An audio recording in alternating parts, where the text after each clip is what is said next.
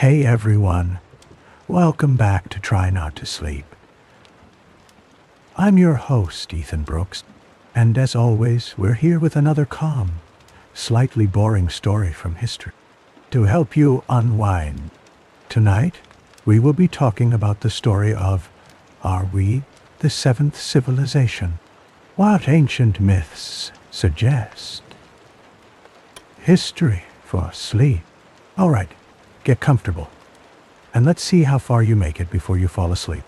Desert sands reveal the impossible. In 2019, a mining crew in the eastern Sahara uncovered a chamber sealed beneath 30 meters of sand. The chamber's walls were carved from a single block of quartzite. The seams were so precise that not even a razor blade could fit between them. Inside, researchers found tools made of an alloy unknown to modern metallurgy. The tools bore machining marks too fine for any known ancient method. Within days, satellite images of the site were replaced by digital clouds. Local authorities reported the arrival of unmarked vehicles. The chamber was sealed again and the area declared off-limits. The researchers' notes disappeared from their university databases. Only a few photographs survived, showing a spiral pattern carved into the chamber floor. The spiral matched patterns found at sites in Peru and Mongolia. In the Atacama Desert, geologists drilling for water in 2021 struck a layer of fused glass. The glass extended for kilometers and contained fragments of engineered ceramics. Radiometric dating placed the layer at over 13,000 years old. The ceramics showed lattice structures only possible with advanced technology. Samples sent to international labs vanished from shipping records. The site was quickly reclassified as a military zone. In the Rub al-Khali, or empty quarter, a team searching for ancient trade routes found a series of straight, shallow trenches. The trenches ran for over 50 kilometers in perfect alignment with the setting winter solstice sun. Satellite analysis revealed that the trenches intersected at geometric angles not used in any known ancient culture. The pattern matched alignments at megalithic sites in the British Isles and the Andes. In 2022, a sandstorm uncovered a circle of basalt pillars in the Gobi Desert. The pillars stood 12 meters tall and were arranged to track the precession of the equinoxes. Ground-penetrating radar revealed a network of tunnels beneath the circle. The tunnels contained markers inscribed with star maps. The maps showed constellations as they appeared 17,000 years ago. Each discovery triggered a rapid response. Unmarked helicopters arrived within hours. Local witnesses reported seeing men in black uniforms securing the sites. Official statements described the finds as natural formations or dismissed them as hoaxes. Independent researchers who published findings received legal threats or lost funding. The pattern was unmistakable. Impossible evidence emerged and then vanished. The desert sands hid not just artifacts, but a coordinated effort to erase them.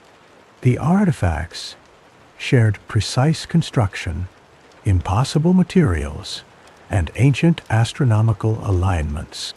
Each new find widened the fracture in accepted history. The deserts, once thought empty, revealed that 6 lost civilizations had left their mark, only to be erased by forces still at work today. Oceans and mountains yield hidden relics. In 2020, marine archaeologists, mapping the floor of the North Atlantic, discovered a grid of stone blocks at a depth of nearly 700 meters. The blocks formed roads and foundations, extending for several kilometers. Sonar scans revealed right angles and spiral patterns identical to those found in the Sahara chamber. The site lay beneath layers of silt dated to the end of the last ice age, over 12,000 years ago. When divers attempted to investigate, naval vessels arrived within hours. The area was declared a restricted zone, and all research vessels were ordered to withdraw. Farther south, off the coast of Brazil, divers exploring a submerged ridge found pillars of basalt standing upright on the seafloor. The pillars were arranged in a double helix pattern, matching the alignment of the Orion constellation as seen 13,000 years ago. Embedded in the rock were metal rods composed of alloys unknown to modern science. The rods showed no corrosion despite millennia underwater. Samples taken by the divers were confiscated by authorities before reaching laboratories. Satellite images of the site were replaced by digital artifacts within days. In the Pacific, a Japanese research team investigating the Yonaguni Monument found new carvings beneath the main structure. The carvings depicted spiral and grid patterns, matching those in the Atlantic and Sahara. The monument's orientation aligned perfectly with the sunrise on the summer solstice, as it appeared 11,600 years ago. The team's findings were removed from academic journals within weeks, and access to the site was restricted. In the Himalayas, a team of geologists studying glacial retreat uncovered a series of stone markers arranged in a perfect arc along a mountain ridge. Each marker was carved with astronomical symbols and composite mineral inlays. The arc's alignment pointed to the position of the North Star as it appeared 14,000 years ago. The markers were buried beneath layers of volcanic ash, indicating sudden burial by a catastrophic event. Local authorities closed the area to further study, citing safety concerns. In the Andes, archaeologists excavating a collapsed mountain temple found a chamber containing tools of composite stone and metal. The tools bore machining marks identical to those found in the Sahara and Atlantic sites. The chamber's walls were engraved with a map of the night sky, showing constellations as they appeared before the last glacial maximum. Shortly after the discovery, military personnel secured the site and removed all artifacts. Across oceans and mountains, the pattern repeated. Relics surfaced, authorities intervened, and evidence disappeared. Each find showed advanced engineering, astronomical knowledge, and sudden erasure. The hidden relics confirmed that the pattern of lost civilizations extended far beyond the desert. Timeline shattered by discovery. In 2018, a research team in Greenland drilled ice cores to study ancient climate. The cores revealed abrupt temperature shifts, with layers of volcanic ash and soot marking sudden global events. These shifts did not match slow, natural cycles. Instead, the data showed rapid changes, sometimes within a single year. The same pattern appeared in Antarctic ice, where spikes in heavy metals and rare isotopes suggested industrial-scale activity long before known human civilization. In 2019, geneticists published a study tracing a cluster of spatial mapping genes. These genes, responsible for navigation and environmental awareness, appeared suddenly in the human genome. The structure of the cluster indicated inheritance from a single source, not gradual evolution. Further analysis showed that the cluster predated Homo sapiens, with origins aligning to the same period as the earliest lost civilization. Archaeologists in Turkey uncovered a sealed archive from a colonial expedition in 1911. The archive contained sketches and notes describing artifacts removed from a site near Göbekli Tepe. The artifacts included composite blades and carved markers, aligned to ancient star paths. The expedition's records ended abruptly with a note that all materials were confiscated by unidentified officials. The site itself showed signs of deliberate burial, not abandonment. In 2020, researchers in Siberia documented the melting of permafrost, revealing straight roads cut deep into the earth. The roads extended for dozens of kilometers and connected to stone circles arranged with astronomical precision. The circles mirrored those in Britain and the Sahara, tracking identical celestial cycles.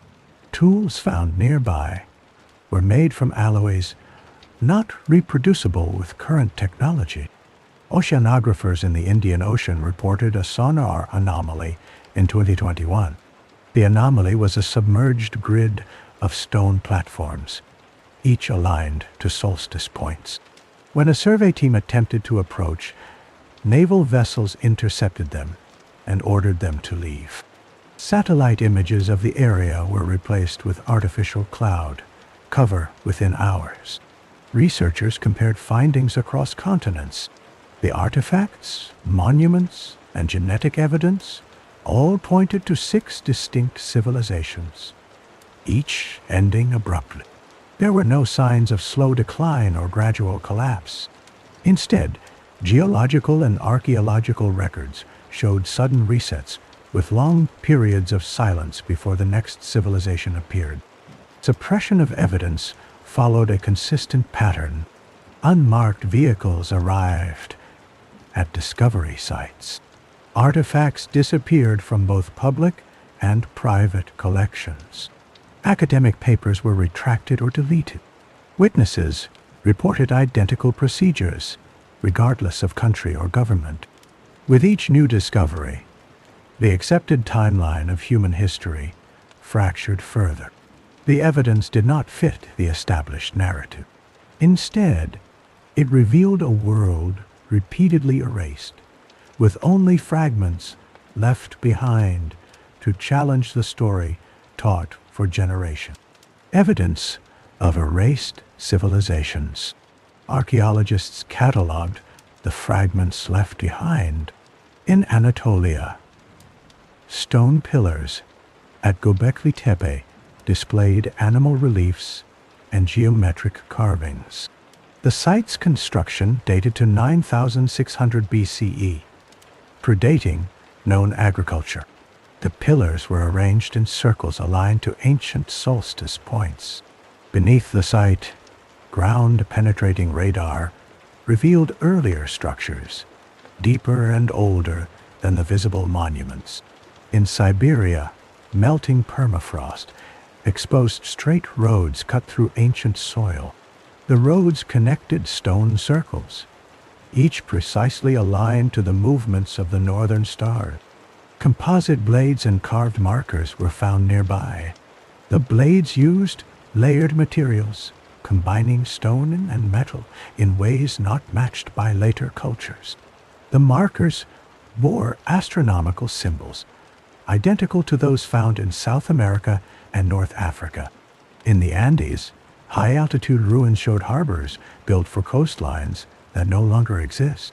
Stone blocks weighing dozens of tons were fitted together with joints so precise that no mortar was needed. The city layout formed spirals and grids, matching patterns found in the Sahara and the British Isles. Radiocarbon dating of organic remains placed the construction before the retreat of the last ice sheet. Oceanic discoveries added to the evidence. Off the coast of India, divers located submerged platforms and steps at depths unreachable since the end of the last ice age. The platforms were carved with repeating symbols. These matched those found at distant sites in the Pacific and Atlantic. Sonar mapping revealed entire city grids, now buried beneath silt and coral. In North Africa, a chamber unearthed beneath the Sahara contained tools made from alloys unknown to modern metallurgy. The chamber's walls were carved with spiral patterns, also seen in Peru and Mongolia. The tools showed machining marks, with tolerances finer than any known ancient method. The chamber was quickly sealed and classified after discovery. Geneticists traced a cluster of navigation-related genes in modern human. The cluster appeared suddenly in the human genome, not through gradual evolution. Its structure matched inheritance from a single ancient source. The timing of its appearance coincided with the oldest monumental sites. Ice core samples from Greenland and Antarctica recorded sudden climate shocks. Layers of ash and soot marked abrupt changes, not slow transitions. Heavy metals and rare isotopes suggested industrial activity predating known civilizations. Monuments across continents aligned to ancient skies. Many pointed to celestial events that occurred over 12,000 years ago. The alignments were too precise to be coincidental. The same patterns appeared in sites separated by oceans and mountains. Each fragment, artifact, and monument pointed to civilizations erased without trace. The evidence showed sudden endings, not decline. The pattern repeated across continents and millennia, challenging every established history. No ruins, only abrupt endings. Archaeological surveys across multiple continents revealed a consistent absence of ruins or transitional layers. Excavations in Anatolia, the Andes, and the Sahara found no evidence of gradual decay. Instead, settlements ended sharply. Occupation layers stopped at a precise point, with no signs of fire, warfare, or abandonment. Soil samples above these layers showed centuries of silence before new habitation appeared. In the Peruvian highlands, researchers studied ancient city grids. Streets and plazas were preserved, but there were no collapsed buildings or scattered debris. The stonework remained intact, yet no later repairs or modifications were present. Radiocarbon dating of organic material in the uppermost occupation layer matched the timing of sudden climate shifts found in ice cores. The next layer contained only wind-blown dust. At sites in northern Siberia, composite tools and markers were found embedded in permafrost. The tools showed no signs of wear or breakage. The surrounding soil contained no gradual accumulation of refuse or domestic waste. Analysis of pollen and plant remains indicated a sudden change in local flora, consistent with abrupt environmental disruption.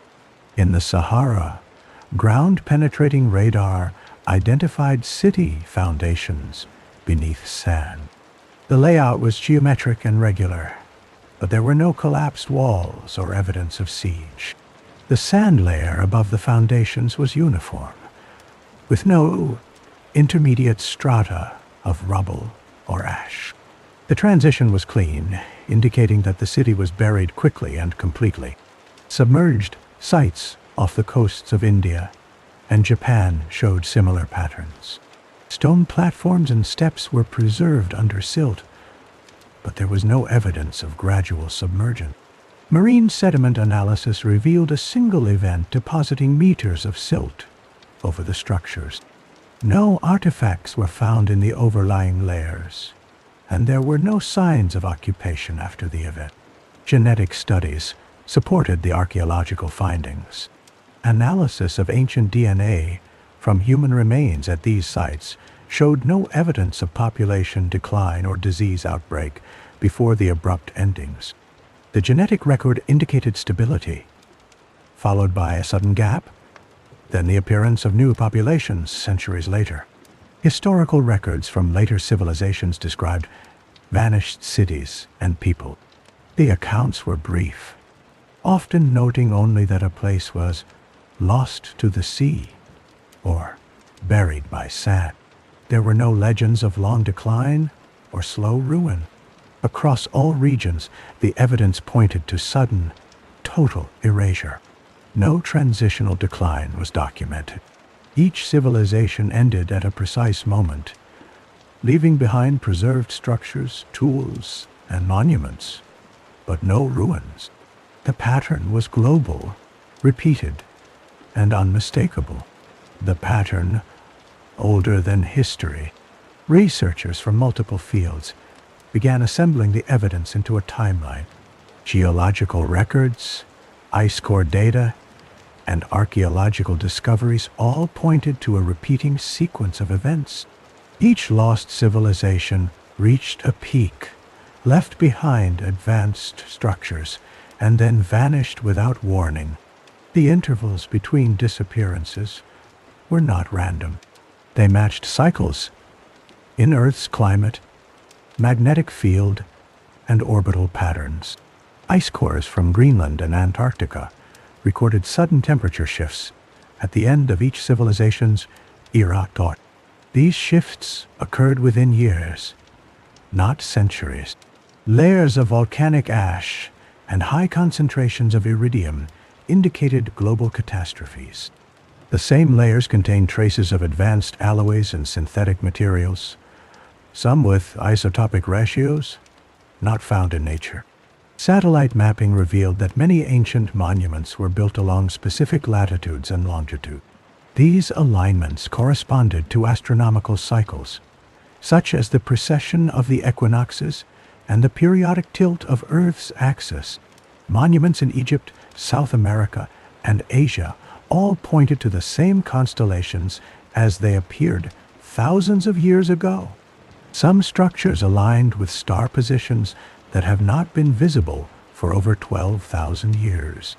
Geneticists traced a cluster of neural traits in modern humans. These traits, responsible for spatial mapping and environmental awareness, appeared suddenly in the genome.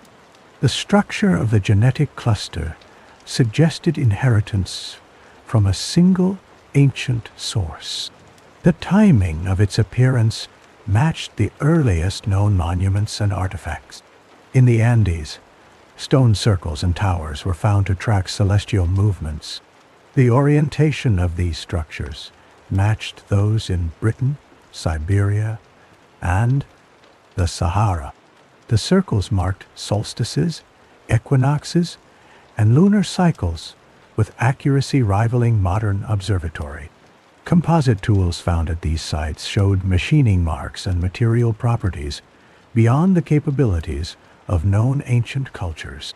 Oceanographers documented submerged city grids off the coasts of India and Japan. The layout of streets and platforms matched those found on land in distant regions. Underwater structures were preserved beneath thick layers of silt, deposited rapidly during abrupt sea level rises. The timing of these floods corresponded with the same catastrophic events seen in ice core records. Archives from colonial expeditions described the disappearance of artifacts and notes. Modern researchers found that this pattern of suppression extended back centuries. Unmarked vehicles, restricted zones, and erased data followed every major discovery. The response was rapid and coordinated, regardless of country or government. The evidence showed a repeating global pattern, older than recorded history. Civilizations rose, built advanced monuments, and ended suddenly. The cycle repeated 6 times before the present era, each time leaving behind preserved evidence and a silent gap in the timeline. Sudden silence after collapse. After each collapse, the archaeological record shows a marked absence of activity. Settlement layers end abruptly, and above them, there is only sterile soil, ash, or sediment. In Anatolia, the occupation at Göbekli Tepe ceases with no sign of violence or migration. The site is deliberately buried, and for centuries, no new construction appears in the region. In the Andes, the last occupation layer at Tiwanaku contains intact tools and pottery, but the next strata hold only wind-blown dust and volcanic ash. There are no traces of gradual abandonment or repurposing of the ruins. In North Africa beneath the Sahara, city foundations are preserved under uniform sand. Of these foundations, the sand shows no evidence of human presence for over 1,000 years. Soil analysis confirms the absence of agriculture, habitation, or even animal remains. The same pattern is found in the Gobi Desert, where basalt pillars stand untouched, and the ground above the tunnels contains only undisturbed sediment. Oceanic sites reflect the same silence. Off the coast of India, submerged platforms are sealed beneath sudden layers of silt. Analysis of marine microfossils in the silt indicates a rapid deposition event, not a gradual rise in sea level. For centuries after these events, there is no evidence of maritime activity or coastal settlements in the region. In the Atlantic, sonar mapping of submerged city grids reveals no later occupation or disturbance. The structures remain as they were left, undisturbed by later generations. Genetic studies of populations living near former civilization sites show a genetic bottleneck following each collapse.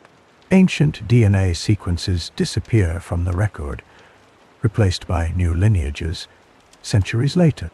The genetic gap matches the archaeological silence, confirming that populations either vanished or were replaced after each event. Monuments and markers from the previous civilization remain untouched during these silent periods. In Britain, stone circles stand alone in the landscape, with no evidence of ritual or habitation for generations after their builders disappeared. In Siberia, markers aligned to ancient star paths are buried by permafrost, and no new settlements appear until the climate changes again. Historical records from later cultures sometimes mention these silent periods. Early Sumerian texts refer to years of emptiness following the loss of earlier cities. Egyptian king lists contain gaps with no recorded rulers or activity. Chinese chronicles describe eras when the land was empty and the sky strange. Across continents and oceans, the pattern is consistent. After each abrupt collapse, there is a long silence. No rebuilding, no adaptation, only the preserved remains of lost worlds and the quiet that follows their end. Intention behind the erasure. Researchers documented that the erasure of each civilization was precise. Geological surveys showed no evidence of widespread natural disaster in many regions. Instead, layers of sand, ash, or silt covered entire cities in a uniform manner. The burial was so complete that organic material, tools, and monuments remained undisturbed for millennia.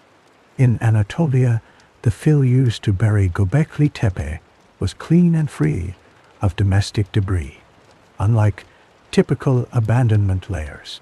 The site was intentionally covered, not left to erode. In the Andes, harbors and city grids were sealed beneath volcanic ash, but the ash layer was thin and even. There was no sign of fire damage or chaos.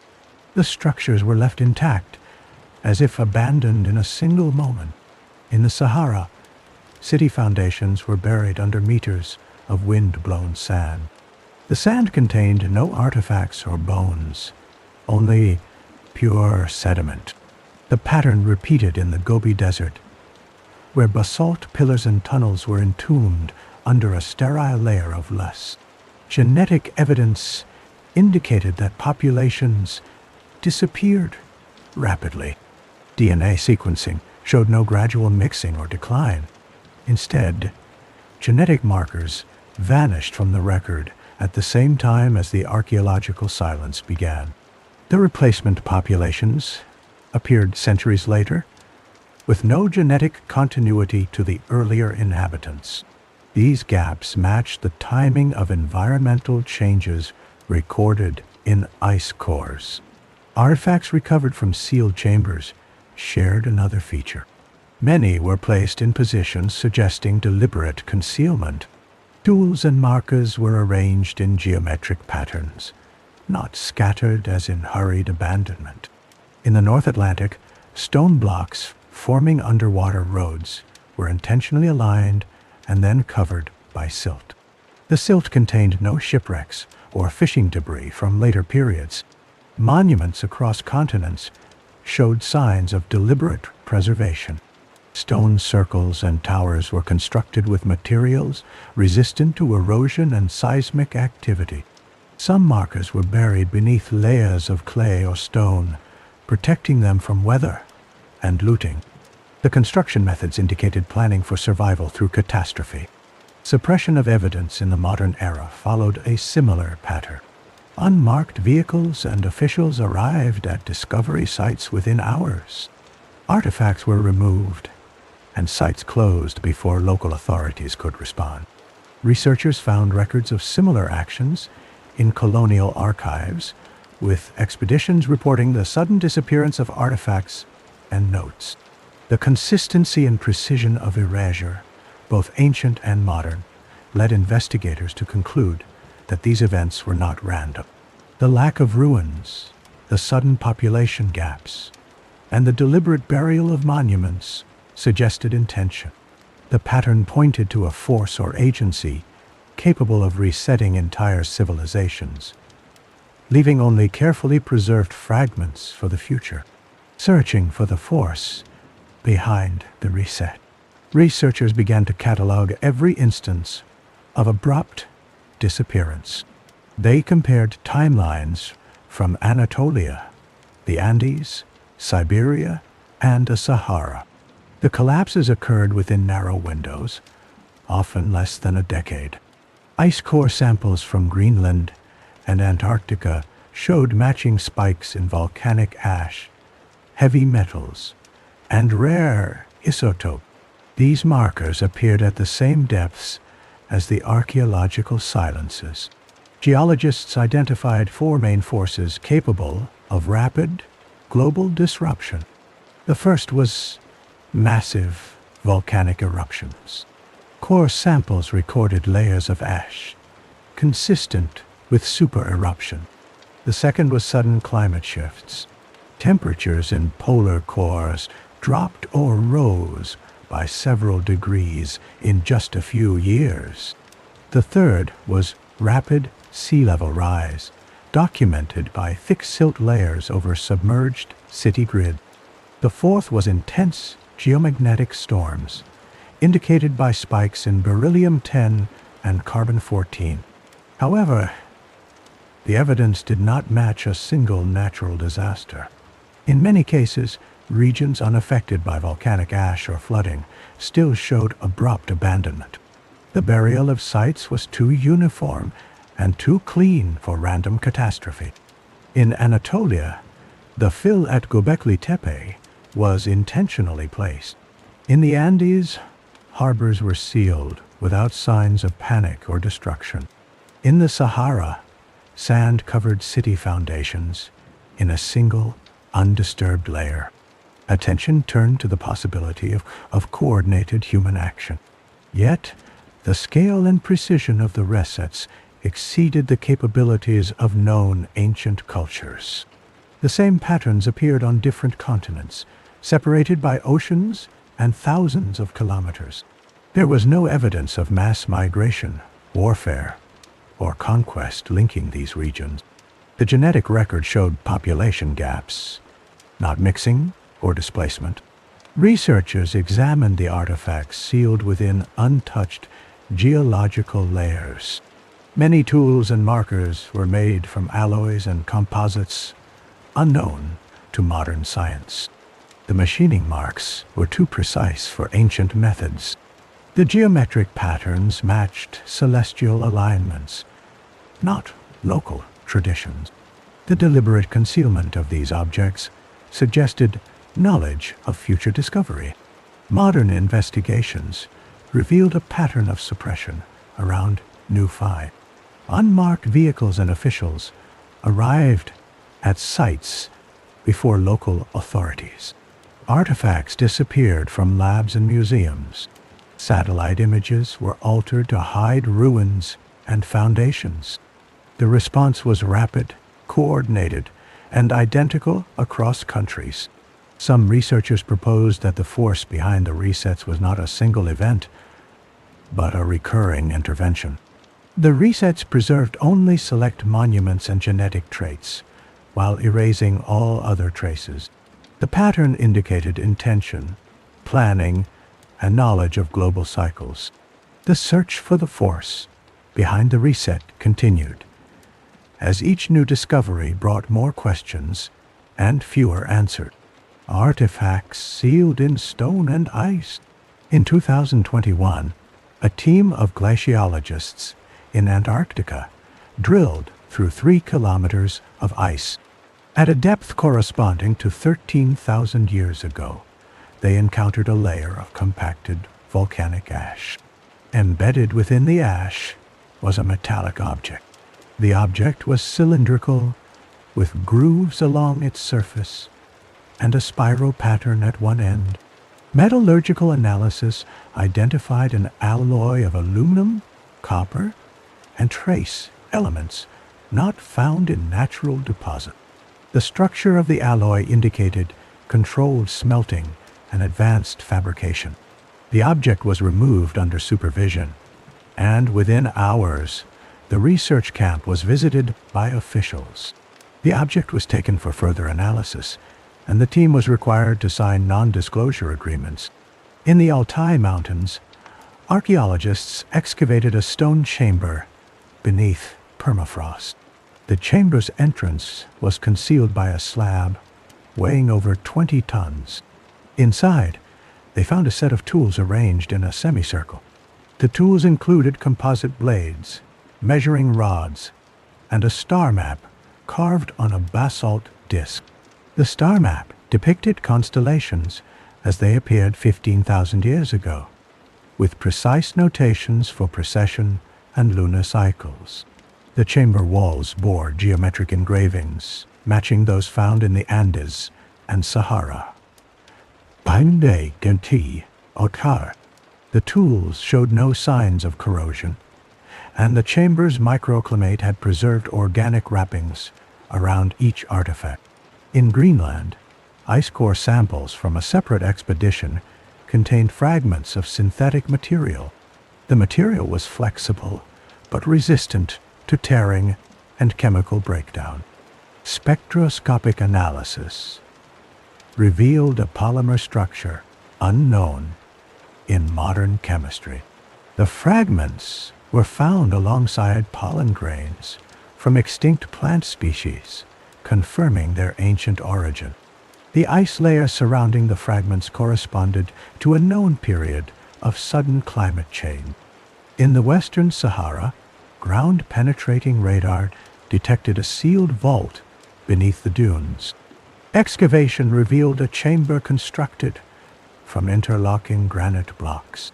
The chamber contained a single artifact, a sphere of fused quartz, perfectly smooth and optically clear. Inside the sphere, inclusions formed a map of the night sky, as seen from the southern hemisphere 14,000 years ago. The vault's construction showed no tool marks, and the seams between blocks were molecularly bonded. Each artifact was found within untouched geological layers, protected from weather and human interference. The placement of the objects was deliberate, with alignments to ancient celestial events. The materials and construction techniques were beyond the capabilities of known ancient cultures. The artifacts were not scattered or lost, but sealed with precision in stone and ice. Their discovery confirmed a pattern of intentional preservation, designed to outlast cataclysm and remain hidden until the present era. Disappearance of discoveries. After each major discovery, a clear pattern emerged. Artifacts and evidence did not remain accessible for long. In Turkey, archaeologists at a Neolithic site reported finding composite tools and engraved markers. Within hours, unmarked vehicles arrived. The site was closed, and all recovered objects were removed by officials with no local identification. Researchers were instructed to cease all documentation and leave the area.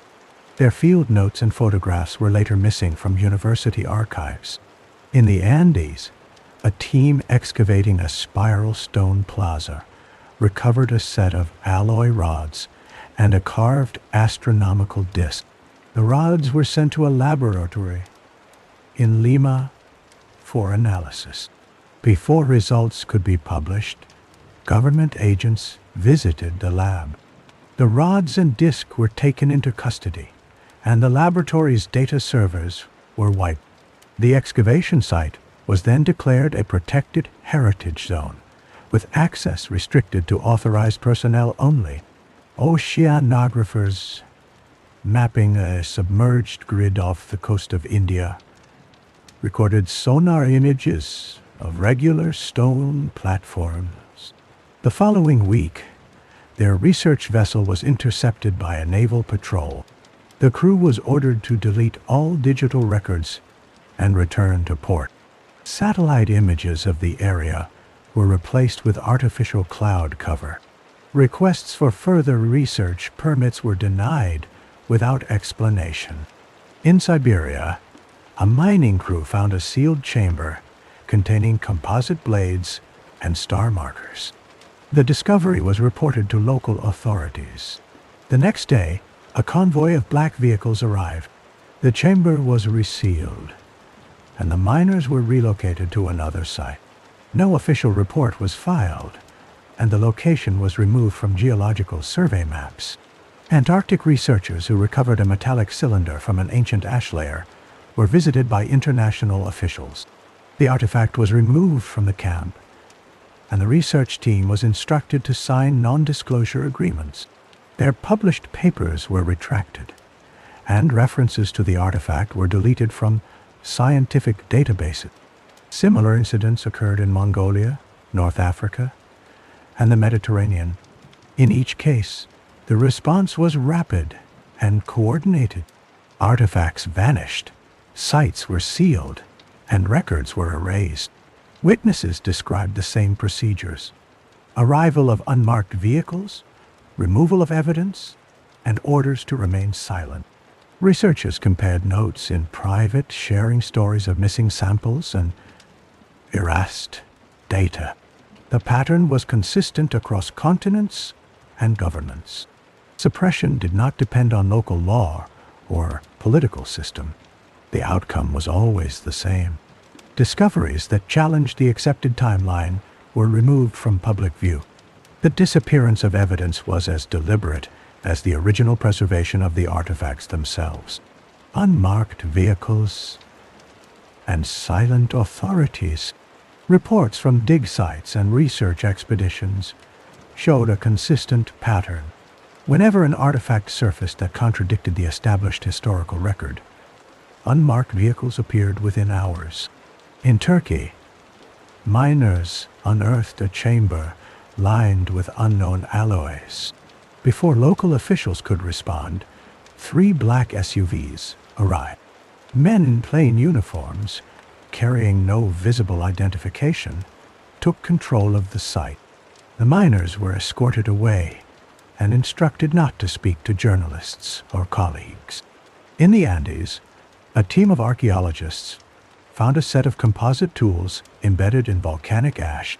The tools were photographed and cataloged, but before they could be moved to a secure facility, a convoy of unmarked trucks arrived. The team's equipment was confiscated. The lead archaeologist was separated from her team and questioned for several hours. When she returned, her field notes and camera were missing. The site was cordoned off, and local police were denied entry. Oceanographic expeditions reported similar encounters. In the Indian Ocean, a research vessel detected a grid of stone platforms using sonar. The next day, a naval destroyer intercepted the vessel. Men in civilian clothes boarded the ship, examined the sonar logs, and ordered the deletion of all digital records. The captain was instructed to return to port and avoid the area. Satellite images of the region were soon replaced with artificial cloud cover. In the Gobi Desert, a team mapping basalt pillars observed a helicopter landing near their camp. Men in black uniforms approached, asked for all documentation, and searched the vehicles. The researchers were told to leave immediately. Their GPS equipment was confiscated. No official explanation was given, and the team's permits were revoked. Witnesses at these sites described the same behavior. The authorities spoke little, issued direct orders, and avoided question. They did not identify themselves or explain their actions. In some cases, local law enforcement arrived after the sites were already secure. Police were kept at a distance and given no information about the operation. Researchers who attempted to report these incidents faced obstacles. Complaints to local governments went unanswered. Requests for information were redirected or denied. In several cases, scientists lost funding or were reassigned to unrelated projects. Some received warnings not to discuss their discoveries publicly. Archived reports from colonial expeditions revealed similar patterns. Notes described strangers arriving at dig sites, removing artifacts, and instructing teams to abandon their work. The consistency of these actions across decades and continents suggested a long-standing protocol. The removal of evidence was systematic, rapid, and left little trace. Sites returned to silence, as if nothing had ever been found. Genetic clusters trace ancient origins. Geneticists began analyzing DNA samples from populations living near the sites of lost civilizations. They focused on clusters of genes involved in spatial mapping, environmental awareness, and navigation. These traits were essential for survival in unpredictable landscapes. The same genetic clusters appeared in people from Anatolia, the Andes, Siberia, and North Africa. The distribution was too consistent to be random. Researchers compared ancient DNA extracted from human remains at archaeological sites. The spatial mapping gene cluster was present in samples dating back over 15,000 years. Its structure was nearly identical across continents, even in groups separated by oceans and mountains. The cluster did not appear gradually. Instead, it emerged in the genome suddenly, without evidence of slow mutation or regional adaptation. Further analysis revealed that the cluster was bundled with other traits. These included heightened sensitivity to environmental changes, improved memory for routes and landscapes, and the ability to track celestial movement. The combination of traits was rare in other mammals, but widespread in modern humans. The bundled nature of the cluster suggested a single point of origin. Scientists mapped the spread of the genetic cluster over time. The earliest instances coincided with the construction of megalithic monuments and advanced tools. The cluster was already present in the oldest known remains, from Göbekli Tepe, the Altai Mountains, and the Peruvian highlands. Its appearance matched the timeline of the earliest lost civilizations. The structure of the cluster indicated inheritance, not invention. The DNA sequences were stable, with few mutations over thousands of years. The cluster was passed down intact, even as other genetic traits changed with migration and adaptation. Patterns suggested a deliberate introduction into the human genome. Researchers found that the cluster remained dormant under stable conditions.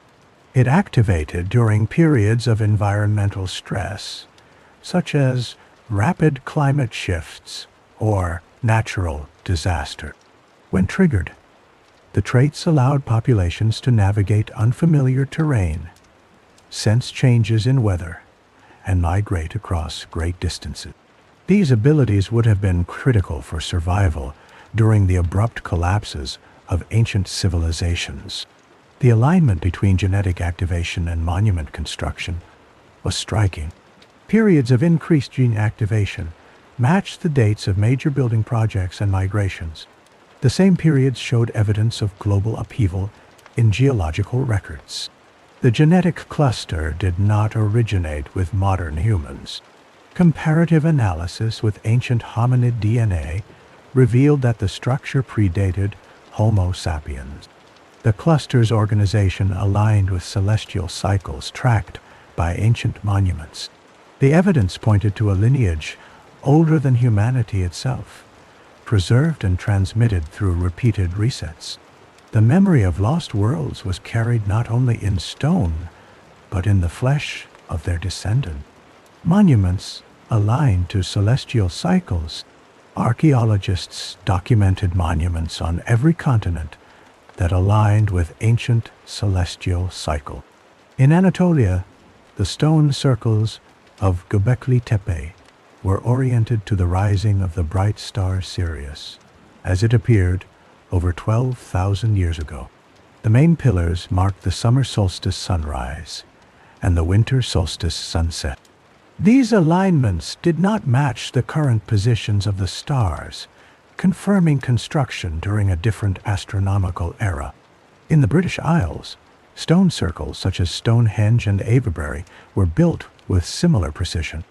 The stones marked the solstices and equinoxes, and some aligned to the lunar standstill, a cycle lasting 18.6 years.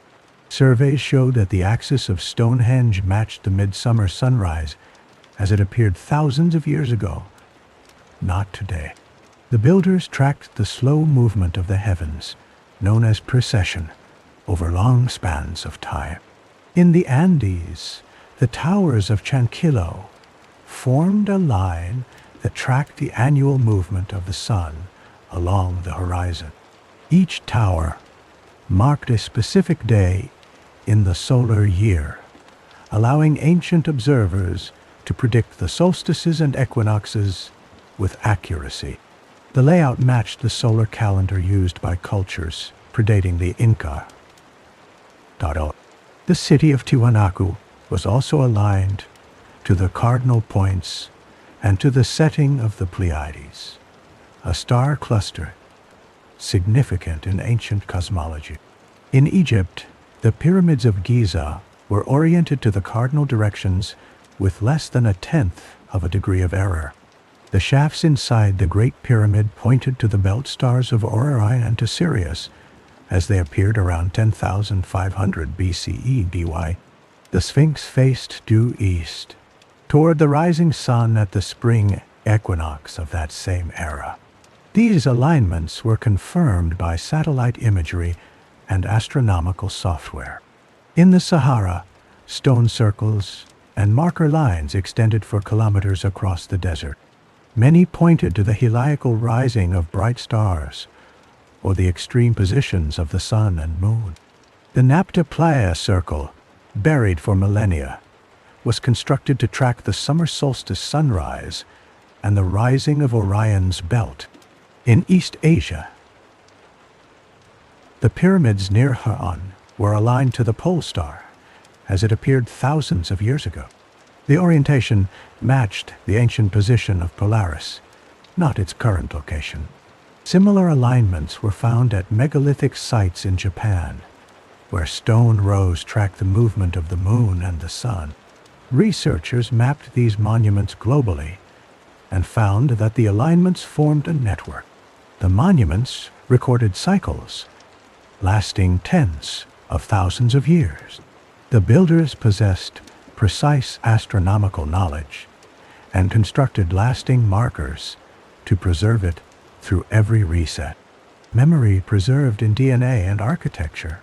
Researchers compared genetic data with the locations of ancient monuments. They found that populations living near these sites shared a unique cluster of genes. These genes were responsible for spatial awareness, navigation, and environmental adaptation. The cluster appeared suddenly in the human genome, not through gradual mutation. Its structure matched the timeline of the earliest monumental constructions. Geneticists traced the origin of this cluster to a period before the last glacial maximum. Ancient DNA samples from Anatolia, Siberia, and the Andes all contained the same genetic marker. The markers were absent from older hominid remains, but present in every population that built or maintained astronomical monuments. The genes did not spread through ordinary migration. Instead, they appeared as a bundled group, inherited together, and remained stable across generations. The traits linked to these genes became active during periods of environmental stress. Ice core records showed that gene activation spikes matched abrupt climate changes. During these times, populations with the cluster migrated over long distances, navigated unfamiliar terrain, and constructed new monuments. The same pattern repeated after each global reset. Archaeologists documented that the construction of stone circles, towers, and markers always followed periods of catastrophe. The monuments were not built at the beginning of civilizations, but after the collapse of earlier worlds. Builders reused older sites, aligned new structures to ancient celestial patterns, and incorporated surviving knowledge into their architecture. Monuments were engineered for durability. Builders selected materials resistant to erosion, seismic activity, and weathering. In the Andes, basalt pillars stood for millennia without significant wear. In Anatolia, limestone blocks at Göbekli Tepe were buried deliberately, preserving them from destruction. In Egypt and the Sahara, granite and quartzite were chosen for their strength and stability. Their architecture itself encoded information. Patterns carved into stone matched the genetic traits for spatial mapping. Spiral motifs, grids, and star maps were repeated across continents. The same geometric ratios appeared in monuments from Britain, Asia, and South America. These ratios matched the proportions used in celestial navigation and land surveying. Researchers found that the activation of genetic memory and the construction of monuments occurred in tandem. When environmental conditions triggered the genetic cluster, populations built new markers to record the cycle. The monuments served as both navigation tools and warnings for future generations. The preservation of memory was deliberate and systematic.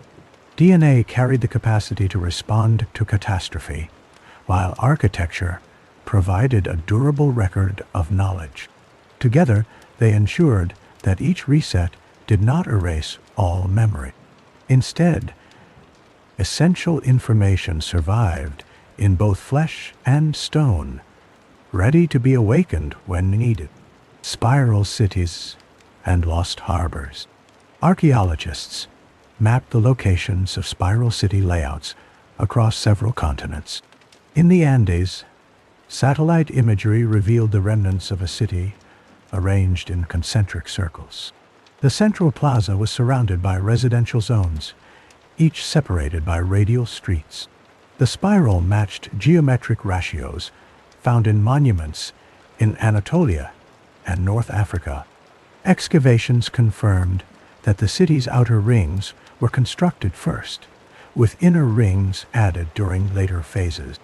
In North Africa, beneath the Sahara, ground-penetrating radar identified a similar spiral pattern. The buried city covered several square kilometers. Stone foundations followed a precise curve, and main roads radiated outward from a central hub. The orientation of the spiral matched the rising of the winter solstice sun. Artifacts recovered from the site included composite tools and astronomical markers. The markers bore inscriptions identical to those found in the Andes and Siberia. In the British Isles, researchers documented a network of ancient roads leading to a central spiral mound. The roads were straight and wide, constructed from compacted gravel and lined with standing stones. The spiral mound itself was built in layers, with each layer corresponding to a lunar cycle. Soil analysis dated the construction to the period immediately following the last glacial maximum. The site's alignment matched the precession of the equinoxes, confirming its use as an astronomical observatory. Lost harbors were identified along now inland regions of the Peruvian coast. Under layers of sediment, archaeologists uncovered stone quays and breakwaters. The harbors were engineered for sea levels much lower than today's. Harbor walls were constructed from interlocking basalt blocks, fitted without mortar. Grooves in the stone indicated the use of advanced tools, similar to those found in submerged sites off the coast of India. In the Mediterranean, sonar surveys detected submerged harbor structures off the coast of Egypt and Greece. The harbors included docks, warehouses, and ship channels. The layouts matched those of the inland Peruvian sites. Radiocarbon dating of organic remains confirmed that the harbors were in use before the abrupt rise in sea levels at the end of the last ice age. Researchers created a global grid of spiral cities and lost harbor. The grid revealed a network spanning continents, each node aligned to ancient celestial events. The cities and harbors were not isolated developments. They were constructed according to shared principles and synchronized with astronomical cycles. The evidence showed that these cities and harbors belonged to a civilization with advanced engineering, navigation, and astronomical knowledge. Their abrupt burial or submergence marked the end of each cycle. The patterns in their design and placement preserved information for those who would rediscover them in the future. Straight roads and melting permafrost. In northern Siberia, the effects of climate change began to expose new evidence. As the permafrost melted, long-buried features emerged from the frozen ground. Satellite images revealed straight roads running for dozens of kilometers across the tundra. These roads cut through ancient soils and connected stone circles and markers previously hidden beneath ice and snow. The roads were carved into the earth with a precision that surprised geologists. Their surfaces were level, and their edges were sharply defined even after thousands of years underground. Field teams surveyed the roads as the ground thawed. They found that the roads were not random paths, but part of a larger network. The network connected sites aligned with astronomical events. Many of the stone circles at intersections were oriented to the rising and setting of the sun during solstices. Some markers pointed toward the position of the North Star, as it appeared over 13,000 years ago. The geometry of the network matched patterns seen in other ancient civilizations, including those in the Sahara and Andes.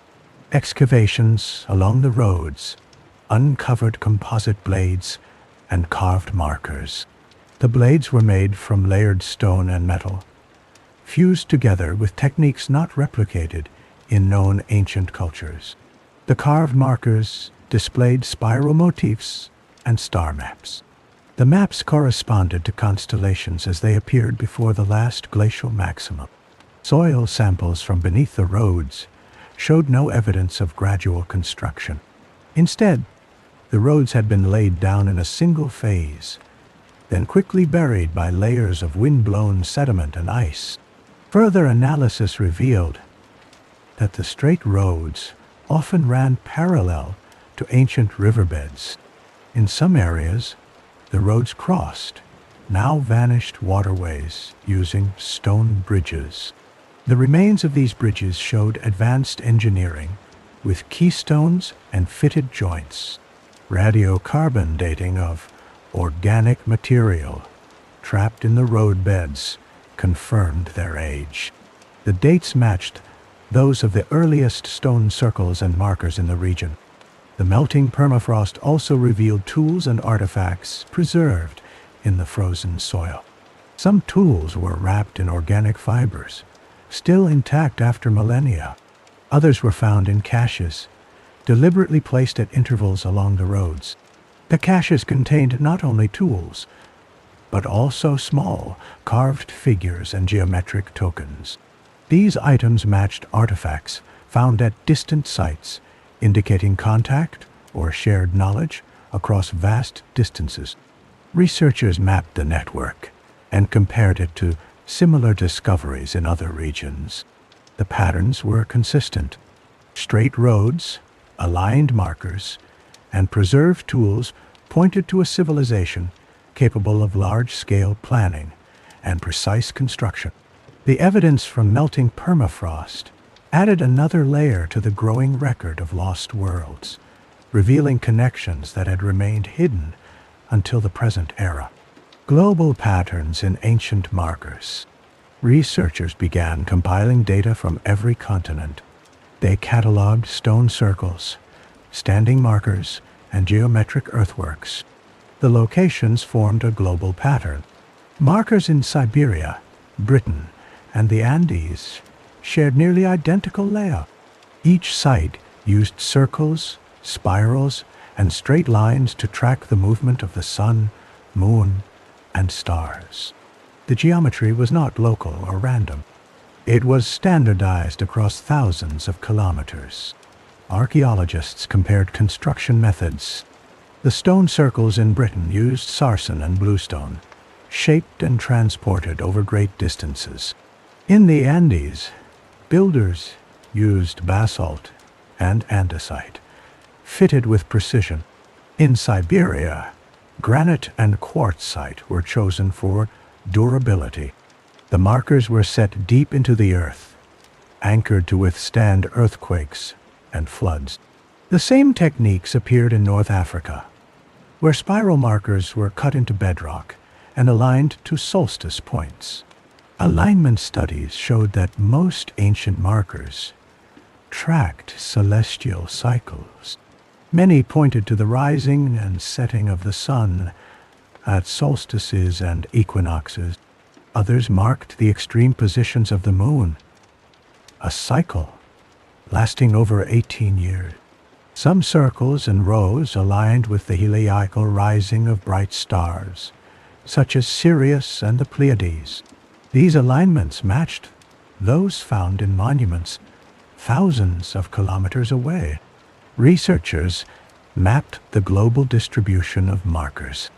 They found that sites in the Sahara, Andes, and Mongolia aligned to the same ancient skies. The star maps carved into markers in Siberia matched those in the Peruvian highlands. Markers in the Gobi Desert pointed to constellations as they appeared 14,000 years ago. The precision of these alignments indicated advanced astronomical knowledge. Comparative analysis revealed that markers were often placed at nodal points on a global grid. The grid connected sites by great circles, following lines of latitude and longitude. Many markers were located at intersections of these lines, forming a network that spanned continents. The placement was not accidental. It suggested coordination or shared knowledge across distant cultures. Excavations at marker sites uncovered similar artifacts. Composite blades, carved tokens, and astronomical discs appeared in caches from Britain to Mongolia. The tools and carvings used the same materials and techniques.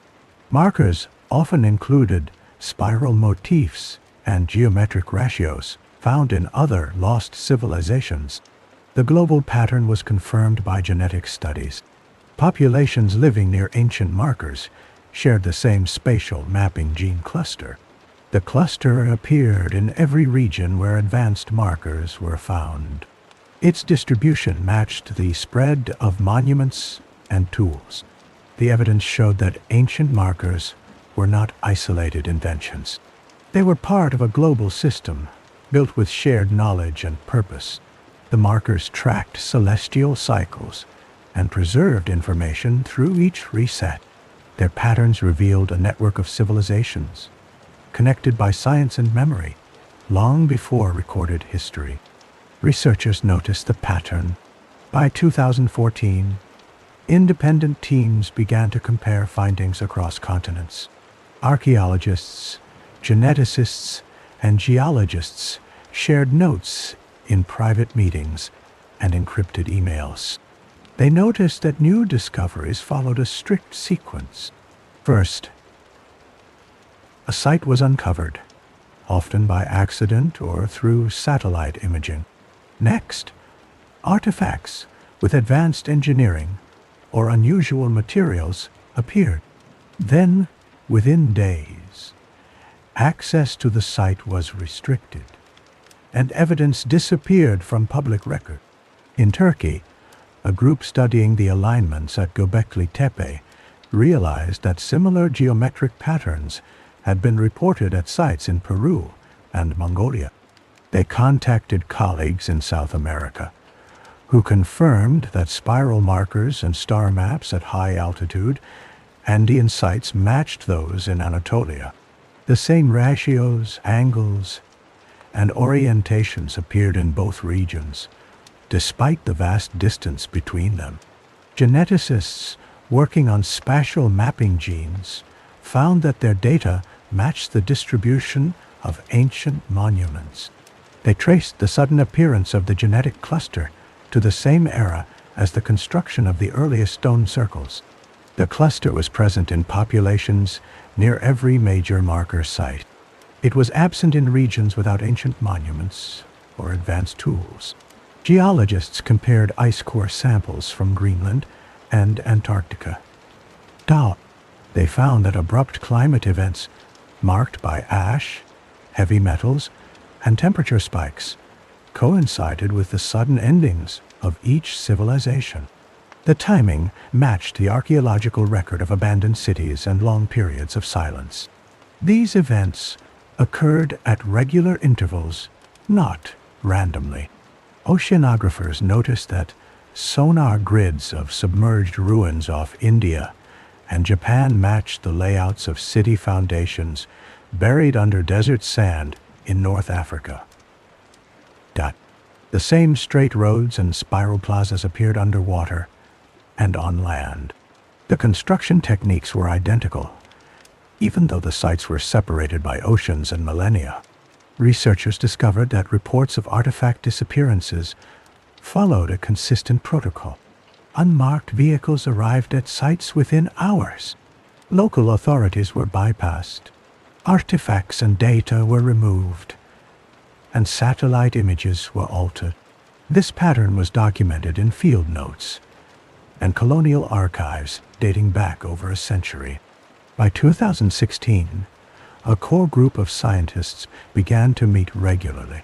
They compiled a global database of suppressed discoveries, matching genetic, geological, and archaeological evidence.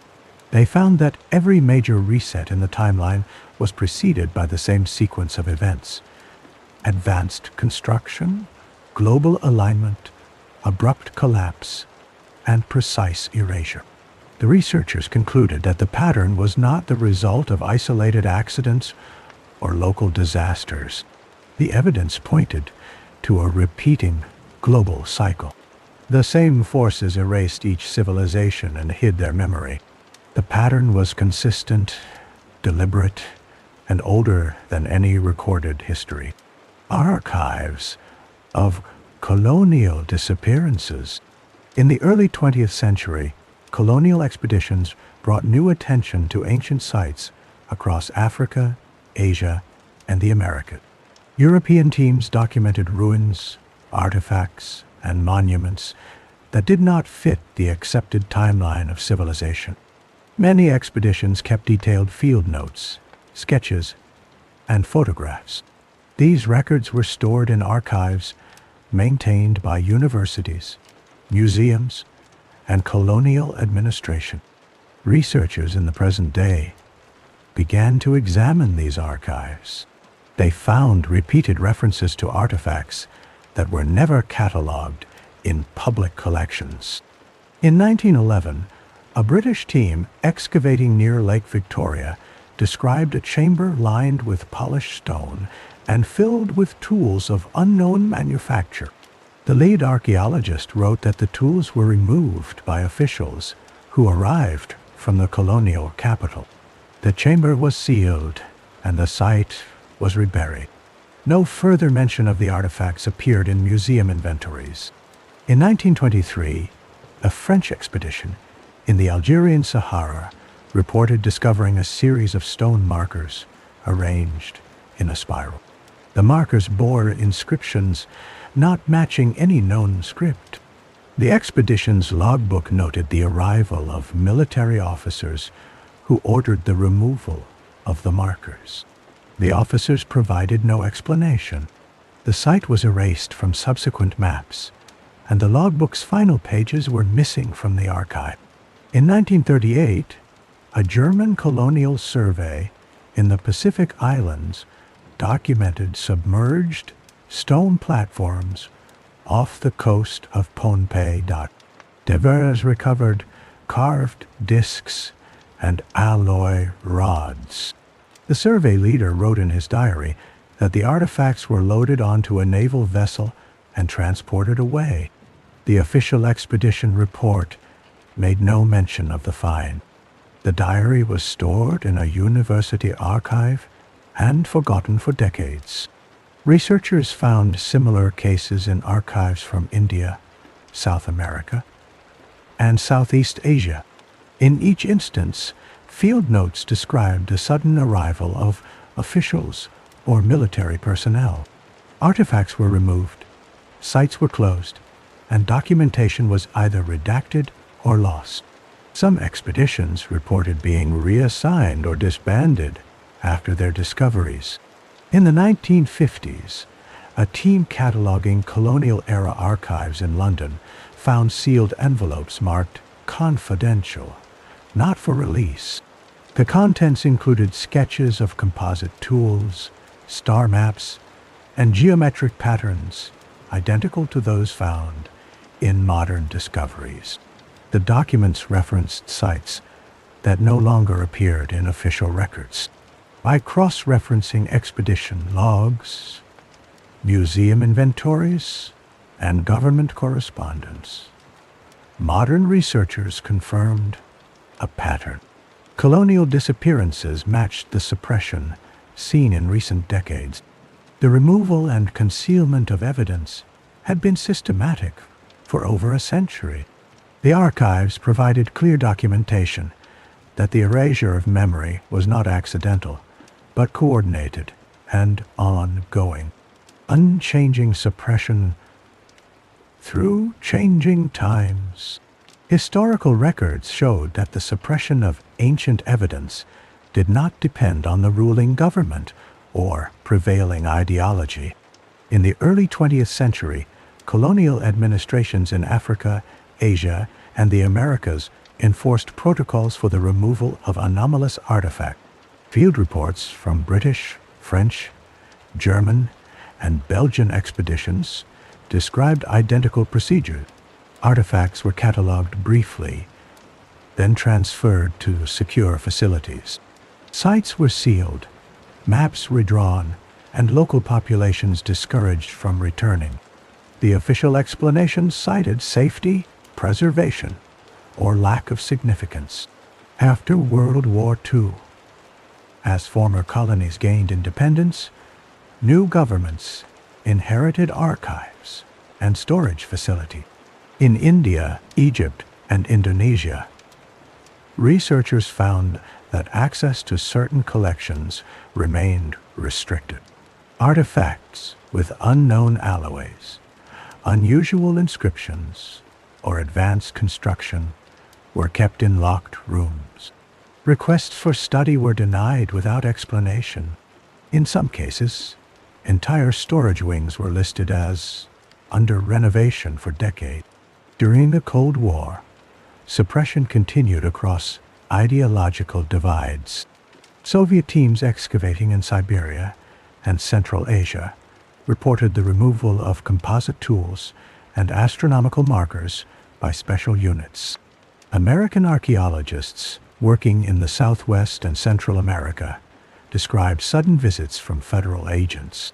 In both cases, field notes and photographs disappeared from institutional archives. The pattern was consistent in both capitalist and communist states. Satellite imagery became widely available in the 1970s. Researchers in Europe, the United States, and Japan began to identify unusual ground patterns and submerged structures. Within days of publication, satellite images were replaced with artificial cloud cover or blurred pixels. Requests for higher resolution data were denied by space agencies, citing national security or technical issues. Independent researchers who published coordinates of anomalous sites received legal warnings or lost funding. In the 1990s and 2000s, digital databases replaced paper archives. Suppression adapted to new technology. Academic papers describing anomalous finds were retracted or deleted from online journals. University servers hosting photographs or field reports were hacked or wiped. Researchers reported the sudden disappearance of colleagues' data with no record of deletion. In some cases, entire research teams were reassigned to unrelated projects after major discovery. International cooperation did not change the pattern. United Nations cultural agencies, multinational research groups, and global heritage organizations all followed similar procedures. Sites were classified as protected, but access was limited to select personnel. Artifacts were moved to undisclosed locations. Official statements emphasized preservation and security, but no further information was released. Over a century, governments rose and fell, policies shifted, and technology advanced. The suppression of evidence continued unchanged. The protocols did not vary with time, place, or political system. The erasure of humanity's oldest memory remained constant, precise, and coordinated.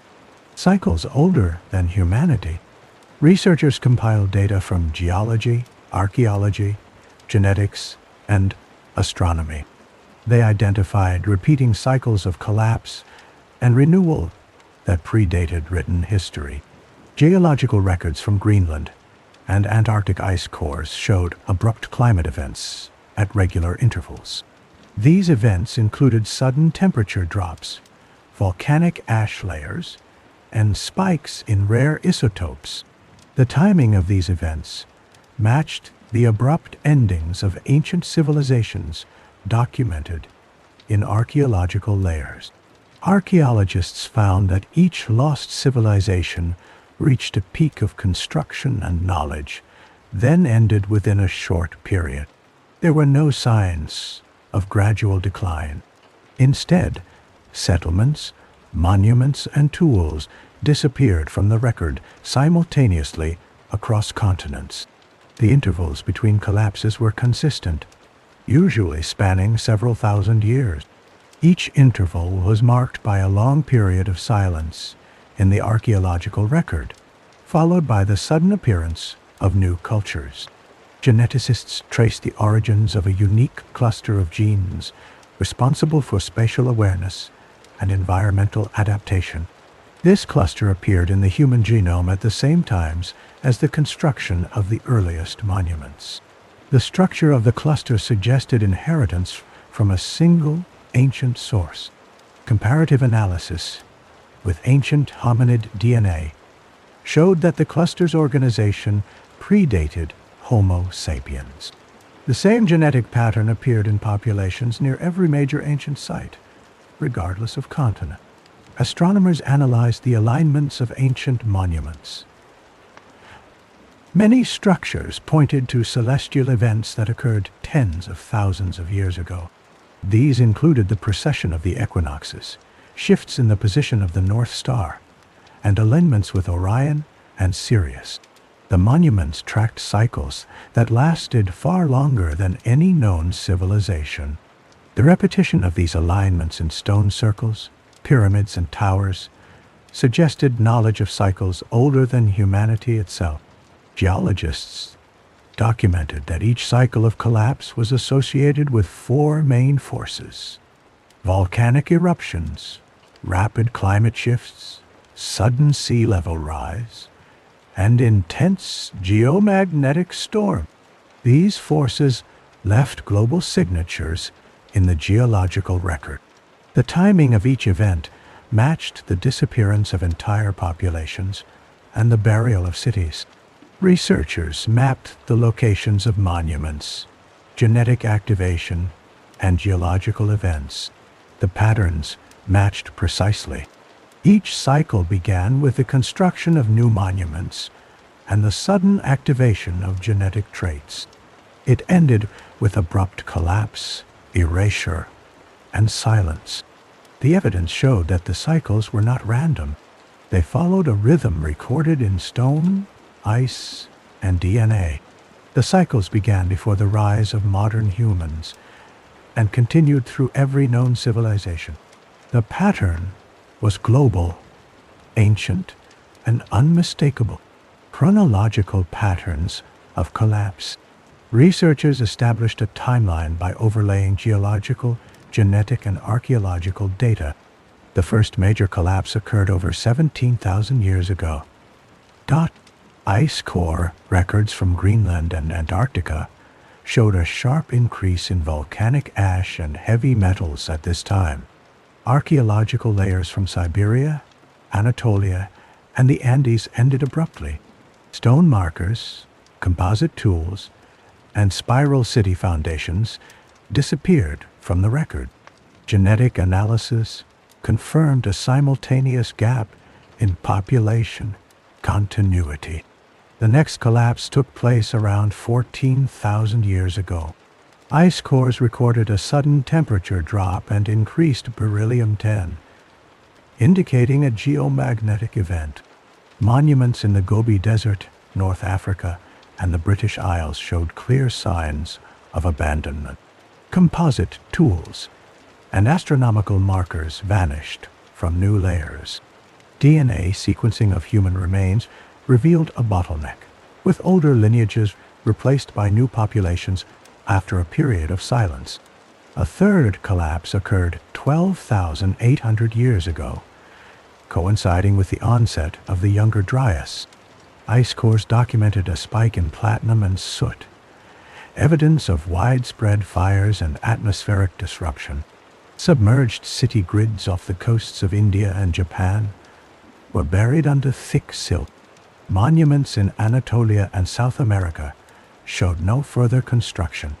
Genetic data revealed another interruption, with the spatial mapping cluster reappearing in new groups after the event. The fourth major reset happened 11,600 years ago. This period marked the end of the last ice age. Rapid sea level rise submerged harbors and coastal settlements worldwide. Stone circles in Britain, spiral cities in the Andes, and marker networks in Siberia were abandoned. Archaeological layers showed no signs of gradual decline, only sudden cessation. Genetic records indicated the introduction of new traits, matching the spread of monument construction in the centuries that followed. A fifth collapse is documented around 8,200 years ago. Ice cores recorded another sharp cooling event. Settlements in the Middle East, Europe, and Asia experienced abrupt abandonment. Monument building stopped, and population densities dropped. DNA analysis showed another genetic bottleneck with the spatial mapping cluster remaining present but dormant for several generations. The sixth and most recent major collapse occurred about 4,200 years ago. This event, known as the 4.2 kiloyear event, brought rapid aridification. Civilizations in Mesopotamia, Egypt, and the Indus Valley ended abruptly. Monument construction ceased, and cities were deserted. Genetic studies showed a final population gap before the rise of historic civilization. Each collapse followed the same pattern: sudden environmental shock, simultaneous abandonment, genetic interruption, and long periods of silence. The chronological sequence was global, precise, and repeated through every known era. Forces that erased the past. Researchers identified 4 primary forces responsible for the repeated erasure of civilizations. The first force was volcanic eruption. Geological records from ice cores and sediment layers showed thick deposits of ash corresponding to each collapse. In several cases, the volume of ash indicated eruptions on the scale of supervolcanoes. These events released sulfur dioxide into the atmosphere, blocking sunlight and causing rapid cooling. Crops failed, and ecosystems collapsed within a few seasons. The second force was abrupt climate change. Ice core data revealed that temperatures could rise or fall by several degrees within a decade. These shifts were not gradual and often followed volcanic eruptions or meteor impact. The resulting environmental stress made large-scale agriculture impossible.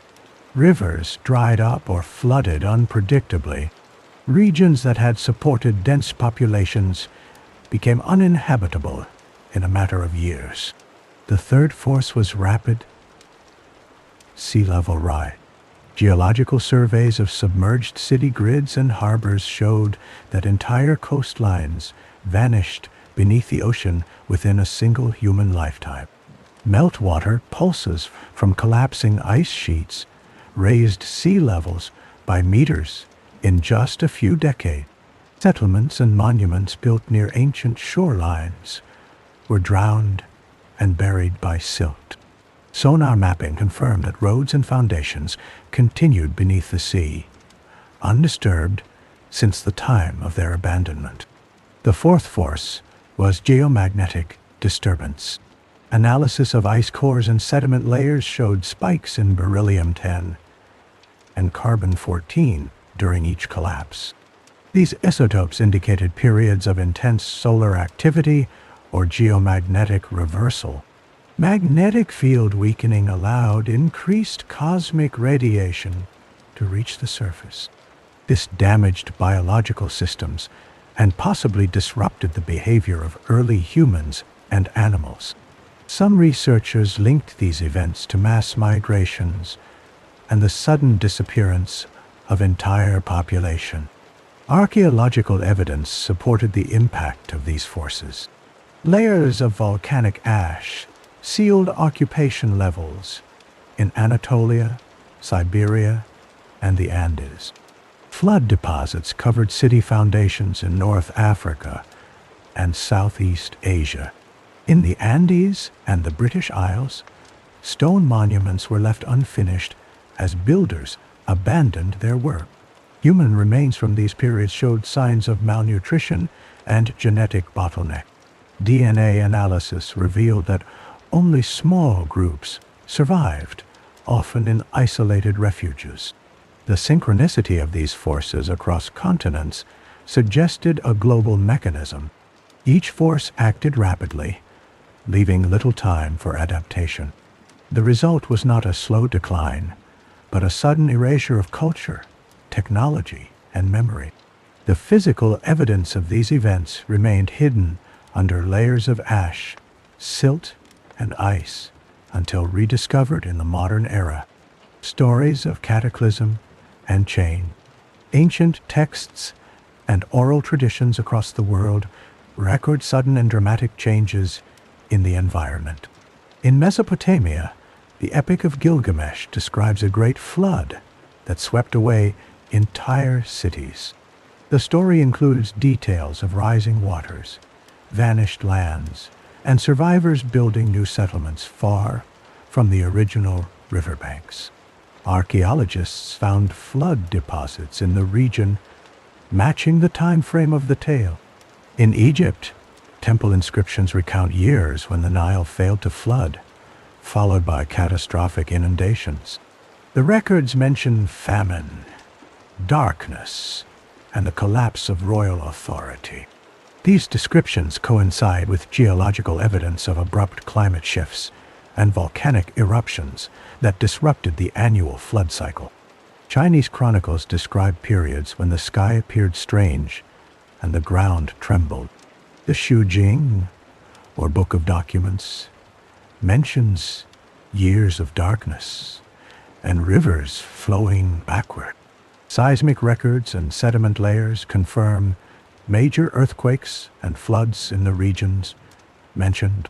Some events align with known volcanic eruptions that affected global climate. Mesoamerican codices tell of fire from the sky, days without sun, and cities lost beneath rising water. Popol Vuh, a Mayan text, describes the destruction of earlier worlds by flood, fire, and darkness. Archaeological layers in the Yucatan and Guatemalan highlands reveal ash deposits and sudden abandonment of settlements, supporting the accounts of catastrophic events. In the Andes, Incan legends recount the disappearance of entire peoples and the sudden appearance of new stars in the night sky. The stories mention mountains collapsing and lakes forming overnight. Geological surveys confirm evidence of landslides, volcanic eruptions, and rapid lake formation in the region's past. Aboriginal Australian traditions speak of a time when the coastline changed and the sea swallowed ancestral land. Oral histories describe migrations to higher ground and the loss of sacred sites. Coastal sediment cores show rapid sea level rise and the submergence of ancient shorelines, matching the stories. Polynesian navigators passed down accounts of islands vanishing beneath the waves. Genealogies and chants record the relocation of entire communities. Submerged structures and coral platforms have been found in the South Pacific, confirming the oral accounts of sudden inundation. These stories, once dismissed as myth or exaggeration, now align with geological and archaeological findings. The records from stone, clay, and memory describe the same cycles of cataclysm and change. Each account preserves details of abrupt endings, survival, and adaptation. The convergence of evidence from diverse cultures and scientific disciplines confirms that past civilizations experienced sudden, world-altering events. Monuments resonating with the cycle. Archaeologists documented that many ancient monuments were not only aligned to celestial events, but also constructed to respond to environmental changes.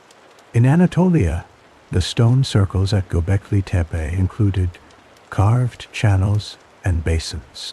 These features collected rainwater and runoff, indicating a dual purpose as both ritual centers and environmental sensors.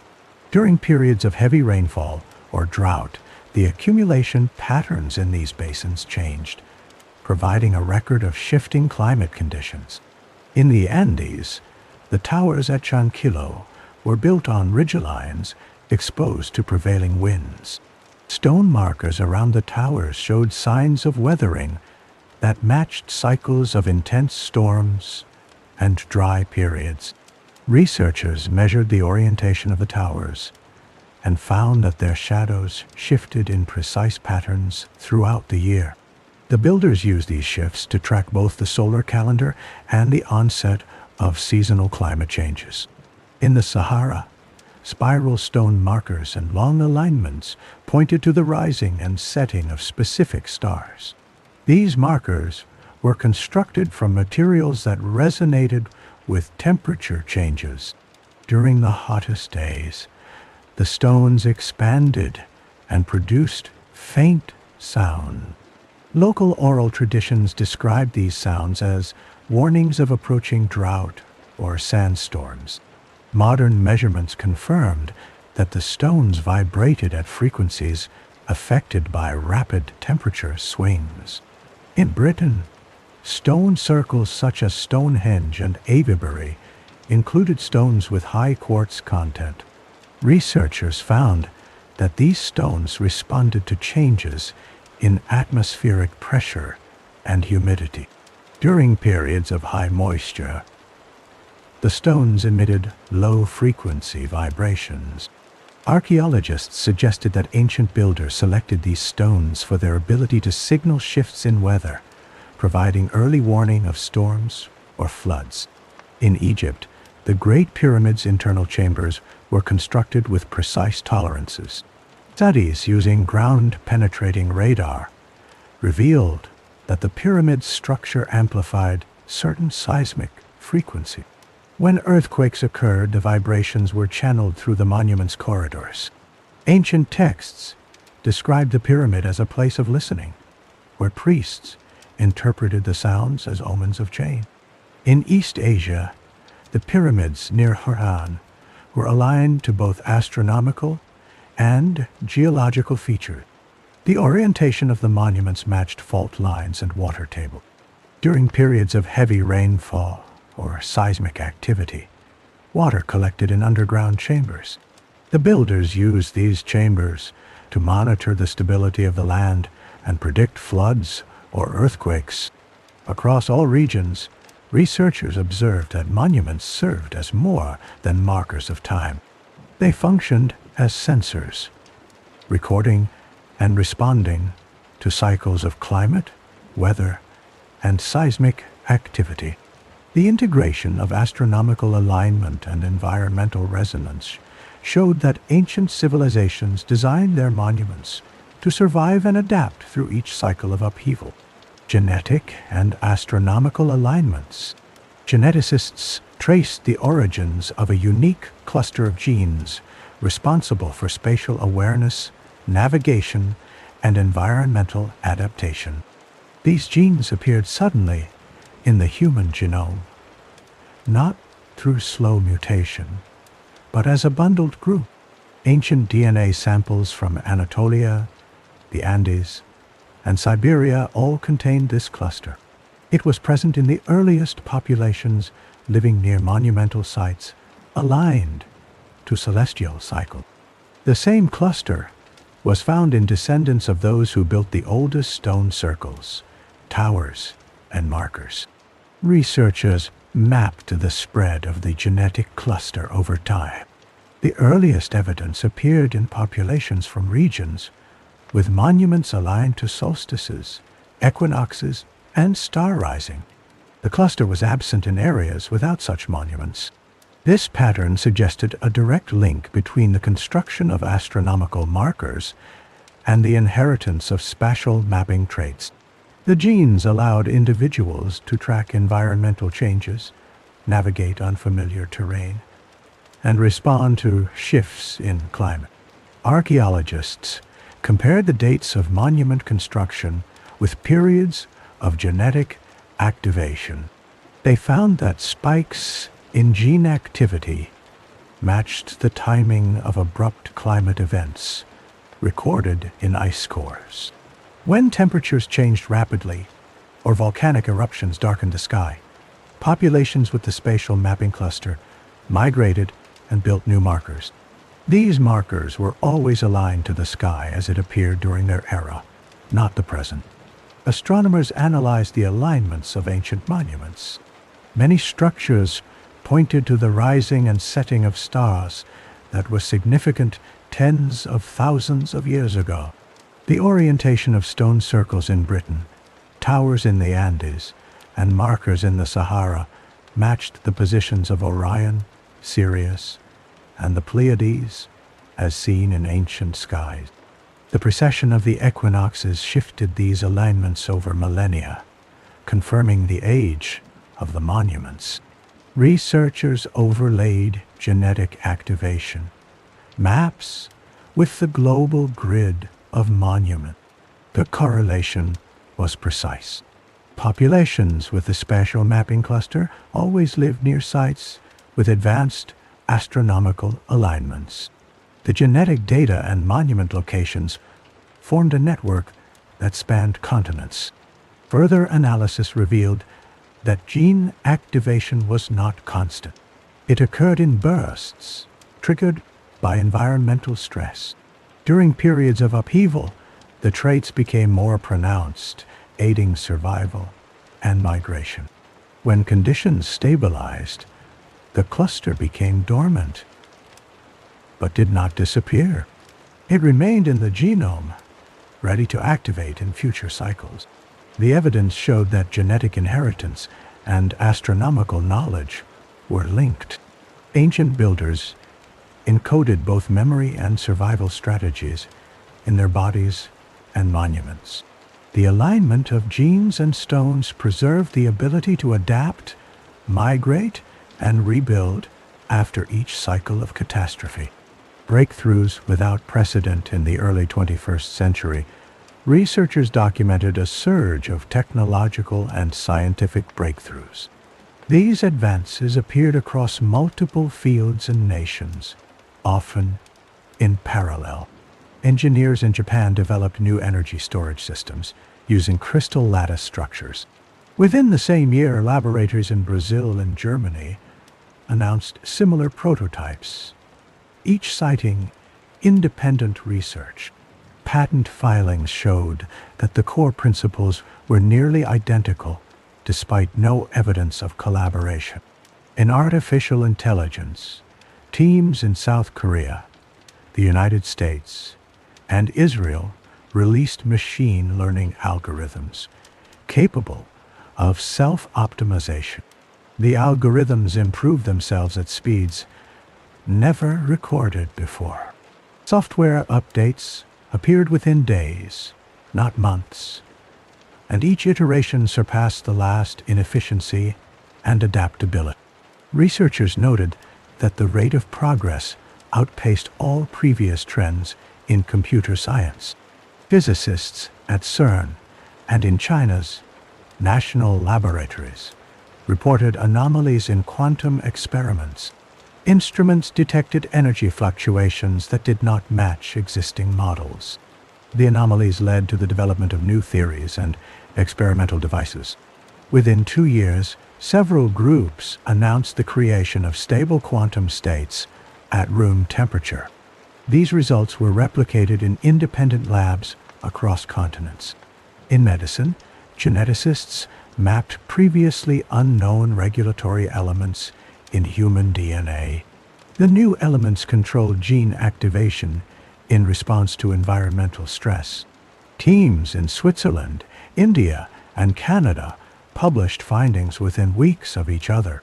The discoveries provided new methods for treating autoimmune disorders and enhancing recovery from injury. Clinical trials began almost simultaneously in multiple countries. Archaeologists and linguists made rapid progress in deciphering ancient scripts.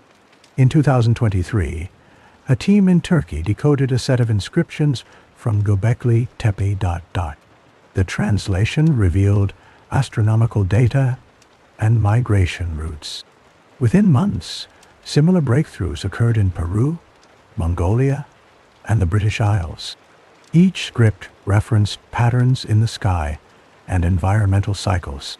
The findings matched genetic activation maps and monument alignments.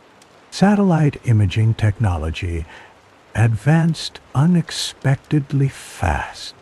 New algorithms processed terabytes of data in real time, revealing previously hidden ruins beneath forests, deserts, and oceans. Teams in Australia, France, and South Africa mapped lost city grids that matched the layouts of known ancient sites. The discoveries were published in open access databases, allowing rapid verification and analysis. The pace of innovation drew attention from historians and sociologists. They noted that the breakthroughs did not result from gradual improvement or isolated genius. Instead, sudden insights appeared in multiple locations, often triggered by the same environmental or technological cues. The pattern resembled the activation of dormant genetic traits, synchronized, rapid, and global. Modern civilizations' advances mirrored the cycles preserved in ancient DNA and stone. The breakthroughs were not isolated events. They formed a pattern, repeating the rhythms of previous worlds, but at unprecedented speed and scale. Instruments and models revealed more. In 2024, research institutions expanded their use of advanced instruments. Ground-penetrating radar systems mapped subterranean structures beneath city streets and rural fields. In Anatolia, radar revealed a network of tunnels beneath Göbekli Tepe, previously undetected by traditional excavation. The tunnels extended for kilometers, connecting stone circles and storage chambers. In the Andes, similar radar surveys exposed spiral roads beneath modern towns, matching the layouts of ancient cities. Satellite imaging became more precise with the deployment of new multispectral sensors. These satellites detected subtle differences in vegetation, soil, and mineral content. In the Sahara, images revealed faint outlines of buried city grids and straight roads under the sand. In the Amazon, multispectral data exposed geometric earthworks and mounds hidden by dense forest. Researchers in Japan used the same technology to identify the foundations of ancient pyramids beneath farmland. Oceanographers deployed autonomous underwater vehicles equipped with high-frequency sonar. These vehicles mapped submerged platforms and stone alignments off the coasts of India, Egypt, and South America. The sonar data showed that the underwater structures matched the orientation and geometry of monuments found on land. Analysis of sediment layers confirmed that these sites were buried rapidly, consistent with sudden sea level rise events. Climate scientists refined computer models using new paleoclimate data. They incorporated ice core records, volcanic ash layers, and isotopic signatures to reconstruct past environmental changes. The models reproduced abrupt temperature shifts and global disruptions at the same intervals as the collapse of ancient civilizations. Simulations showed that volcanic eruptions, geomagnetic storms, and rapid sea level rise could combine to erase entire cultures in less than a generation. Geneticists used high-throughput sequencing to analyze ancient DNA from human remains at archaeological sites. They mapped the spread of the spatial mapping gene cluster and its activation during periods of environmental stress. The genetic data matched the timing of monument construction and population migrations. The models predicted future activation of the cluster if similar environmental conditions occurred. Astronomers used updated sky mapping software to reconstruct the positions of stars and constellations over the past 20,000 years. They confirmed that many ancient monuments aligned to celestial events no longer visible today. The software allowed researchers to match monument orientations with specific dates of construction and periods of cataclysm. Interdisciplinary teams integrated data from archaeology, genetics, geology, and astronomy.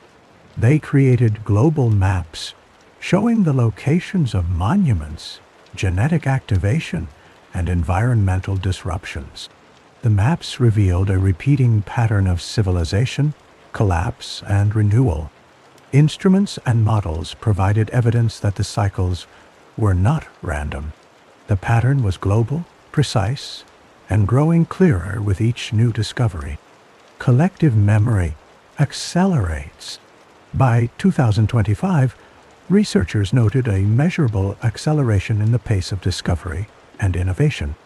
Data from archaeological, genetic, and astronomical studies began to converge more rapidly than in any previous decade. Teams in separate countries reported breakthroughs within days of each other. In Anatolia, a group deciphered a set of geometric carvings at Göbekli Tepe. The carvings matched astronomical data from a monument in the Andes, decoded by a South American team using a new AI-assisted translation tool. Both groups published their results within the same week. Geneticists in Switzerland identified a new activation of the spatial mapping gene cluster in populations exposed to environmental stress. The activation was confirmed by independent labs in Canada and Japan. The gene cluster's expression correlated with improved navigation skills and increased environmental awareness in test subjects. The findings were shared through open-access genetic databases, allowing immediate replication and validation. Satellite imaging companies released high-resolution global maps showing hundreds of previously unknown monument sites. Researchers in France, Australia, and Egypt cross-referenced these maps with ancient migration routes and found that new discoveries always appeared along predicted paths. The data sets were updated in real time, and teams coordinated their fieldwork using shared digital platforms. Artificial intelligence systems processed massive archives of excavation reports, satellite images, and genetic data. The systems identified patterns and suggested new locations for investigation. In 2026, AI algorithms predicted the location of a buried city grid in the Gobi Desert. A joint expedition from China and Mongolia confirmed the presence of stone foundations and astronomical markers within weeks of the prediction. Oceanographers used autonomous underwater vehicles to map submerged ruins off the coast of South America. The vehicles transmitted sonar data directly to research centers in Europe and North America. Analysis revealed that the submerged platforms matched the orientation of monuments found on land, confirming a single design tradition across continents. Historians digitized and translated colonial-era expedition notes, revealing additional cases of artifact suppression and site erasure. The records were added to public databases, allowing cross-disciplinary teams to trace the history of suppression alongside the evidence of ancient resets. The acceleration of collective memory was not limited to academia. Museums, universities, and independent researchers formed global consortia to share data and coordinate discoveries. Conferences and workshops moved online, with participants from dozens of countries collaborating in real time.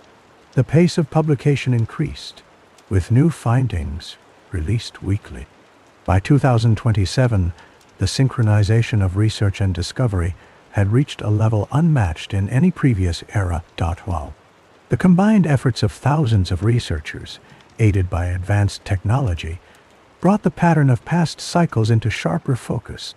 The process of recovering lost knowledge was accelerating, narrowing the gap between ancient memory and modern understanding.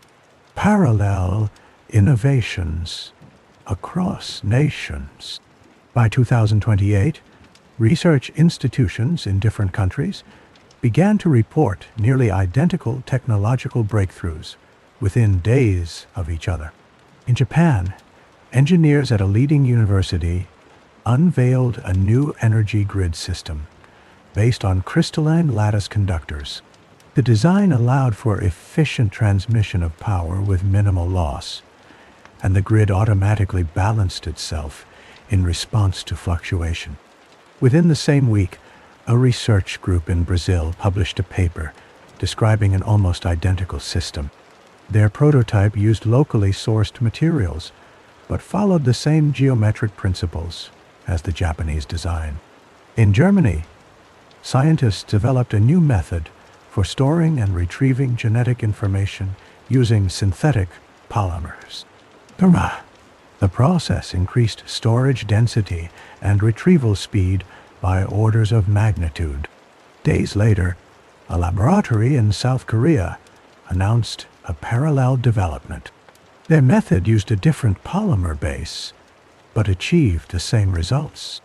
Both teams cited independent research and no prior collaboration. Urban planners in the United States and China introduced city layouts based on spiral and grid patterns found in ancient monuments. The new designs improved traffic flow, reduced energy consumption, and increased the resilience of infrastructure to environmental stress. The plans referenced archaeological data from sites in Anatolia and the Andes. Planners in both nations implemented the changes in new development zones, and early results showed measurable improvements in urban efficiency. Medical researchers in India and Canada reported advances in gene therapy, targeting the spatial mapping cluster. The therapies improved patients' recovery from neurological injuries and enhanced their ability to adapt to unfamiliar environments. Both groups used techniques derived from the study of ancient DNA. Their clinical trials began within the same month, and preliminary results were shared in open-access journals. Artificial intelligence laboratories in Israel and Australia released neural network architectures that mimicked the structure of the human spatial mapping cluster. The new AI systems excelled at navigation, pattern recognition, and environmental adaptation. The architectures were based on genetic and neurological data published by teams in Europe and North America. The AI models were quickly adopted for use in autonomous vehicles and robotics. Energy companies in France and South Africa launched pilot programs for decentralized power grids. The systems used principles observed in the alignment of ancient monuments, distributing energy along lines matching the orientation of megalithic sites. The networks proved more stable during storms and grid failures. Independent audits confirmed the system's increased reliability and efficiency. Across all fields, the pattern was clear. Nations with different languages, cultures, and histories developed parallel innovations. The timing of breakthroughs, the underlying principles, and the practical applications matched with increasing frequency. Researchers noted that the synchronization was not planned, but emerged naturally as teams around the world accessed the same expanding body of recovered knowledge. Energy grids and ancient sites. In 2029, engineers in Europe began to notice a correlation between the layout of modern energy grids and the locations of ancient monuments. Data from the European Energy Commission showed that transmission lines with the highest stability often ran parallel to the alignments of megalithic sites. In France, grid planners found that substations positioned near ancient stone circles experienced fewer voltage fluctuations during peak demand. Similar results were reported in the United Kingdom, where transmission corridors intersected with the lines connecting Stonehenge, Avebury, and other prehistoric monuments. Researchers at the Technical University of Munich conducted a survey of grid reliability across Germany. Their analysis revealed that substations located within 5 kilometers of ancient earthworks had a measurable reduction in downtime and maintenance incidents. The team expanded their study to include sites in Poland, the Czech Republic, and Austria. The pattern held across national borders, regardless of differences in grid technology or regulatory frameworks. In South America, energy companies in Peru and Bolivia mapped their transmission networks against the locations of ancient Andean towers and stone circles. They discovered that lines routed along the same axis as the Chanquillo Towers and Tiwanaku causeways maintained higher efficiency during periods of high atmospheric disturbance. Engineers adjusted the routing of new lines to follow the orientation of these ancient structures. After 1 year, system performance reports showed a 12% improvement in energy delivery and a reduction in transient faults. In Egypt, the Ministry of Electricity and Renewable Energy commissioned a study to compare the national grid with the alignment of pyramids and temple complexes. The study found that substations built near the Giza Plateau and along the ancient Nile axis experienced fewer disruptions during solar storms.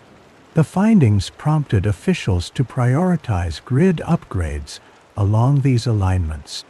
Similar projects were launched in Sudan and Ethiopia, targeting regions with concentrations of megalithic markers. Japan's national grid operator collaborated with archaeologists to analyze the relationship between grid nodes and the orientation of ancient burial mounds, known as kofun. The study found that lines aligned with the kofun axis showed greater resilience during earthquakes and typhoons. The operator began a pilot program to reroute vulnerable segments of the grid to match these orientations. Satellite imaging companies provided global overlays of energy infrastructure and ancient sites. The overlays revealed that, on every continent, the most reliable and efficient segments of modern grids corresponded to the alignments of prehistoric monuments. The evidence indicated that the builders of ancient sites understood principles of resonance and stability that modern engineers were only beginning to rediscover. Energy planners worldwide incorporated these findings into future infrastructure projects, further synchronizing modern technology with ancient knowledge, urban patterns, and global resonance. By 2030, urban planners and data scientists observed a new pattern in city development. Cities on different continents began to adopt layouts that mirrored the geometric principles found in ancient monuments. In Shanghai, new districts were designed with spiral road networks and radial greenways. The city's transportation authority reported a measurable reduction in congestion and improved air circulation in these zones. Similar designs appeared in São Paulo, where planners used concentric rings and straight avenues aligned to solar angles. Traffic flow studies showed a 15% decrease in average commute times within the new districts. In North America, urban redevelopment projects in Toronto and Dallas incorporated grid patterns based on astronomical alignments. Engineers oriented major streets to the sunrise and sunset points at solstices. Building foundations followed geometric ratios seen in ancient stone circles. Environmental sensors recorded more stable microclimates in these neighborhoods, with reduced heat island effects during summer months. Researchers at the Massachusetts Institute of Technology analyzed satellite data from over 200 global cities. They found that urban areas with layouts echoing ancient monument geometry demonstrated higher resilience to extreme weather events. During the 2032 European heatwave, cities with spiral and radial patterns maintained lower ambient temperatures compared to conventional grid cities. Emergency services in these cities reported faster response times due to efficient road networks.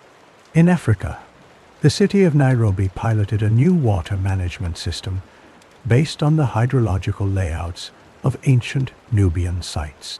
Planners arranged reservoirs and channels in spiral configurations, improving water retention during seasonal rains. The system reduced urban flooding and provided a stable water supply during droughts. Similar projects were launched in Cairo, where planners mapped new districts to align with the orientation of the Giza pyramids and Nile axis. Urban sociologists documented a rise in community engagement and public health in neighborhoods built with ancient geometric principles. Parks and plazas placed at nodal points of spiral layouts attracted more visitors and supported local markets. Surveys in Berlin and Istanbul showed that residents in these areas reported higher satisfaction with walkability and access to green spaces. Global infrastructure firms began to standardize design templates based on ancient monument alignments. Construction companies in South Korea and Australia adopted these templates for new smart city projects. City grids were mapped to celestial cycles, and public transport lines followed the same axes as prehistoric causeways. By 2035, the synchronization between urban environments and ancient geometric knowledge became a global trend.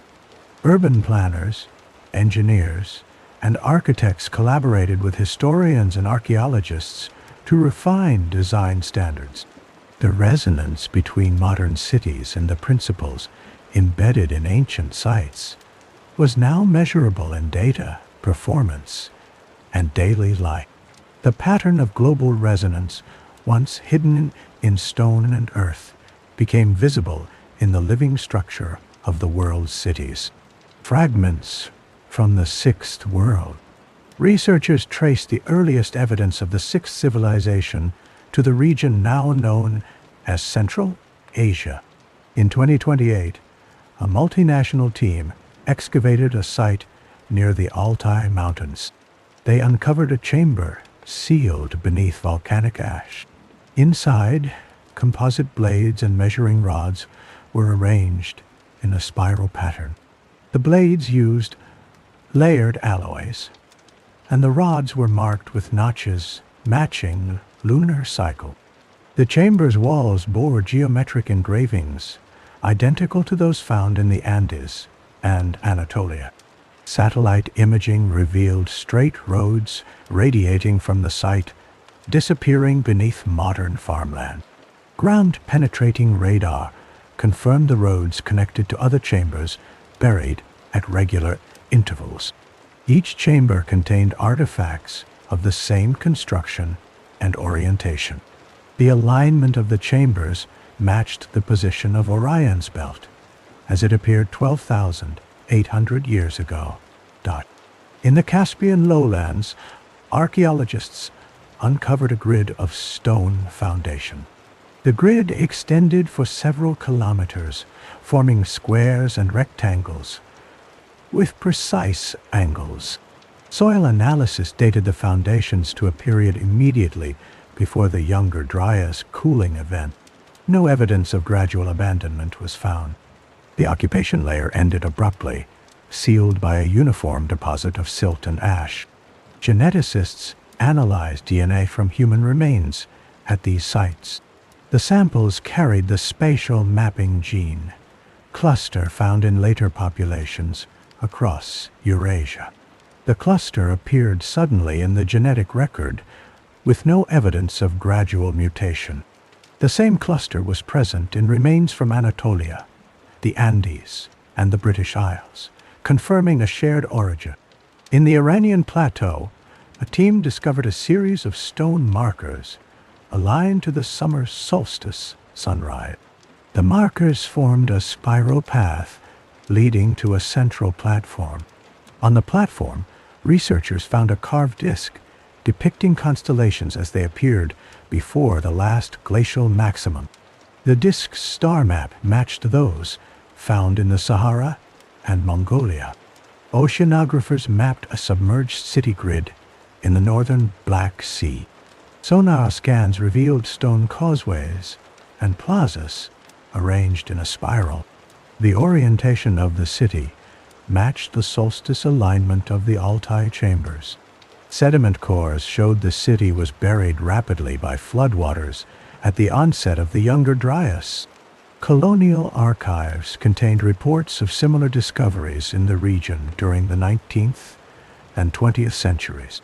Field notes described composite tools, spiral markers, and engraved star maps.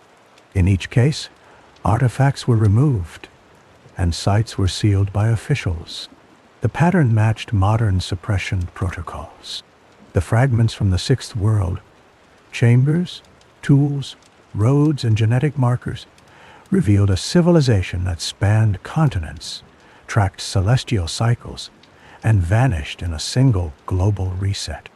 Each discovery added detail to the map of a world erased, but not forgotten, facing the next cycle. By the early 2030s, researchers confirmed that the pattern of rise and erasure was not limited to the distant past. Geological monitors recorded new anomalies in seismic activity, magnetic field strength, and atmospheric composition. Volcanologists noted increased pressure in calderas across the Pacific Ring of Fire.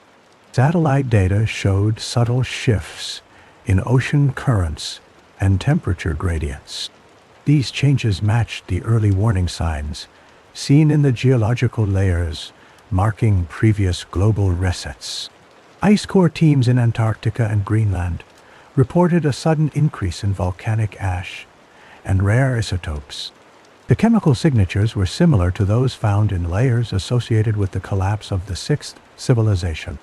Atmospheric scientists detected a rise in stratospheric aerosols, reducing solar radiation at the surface.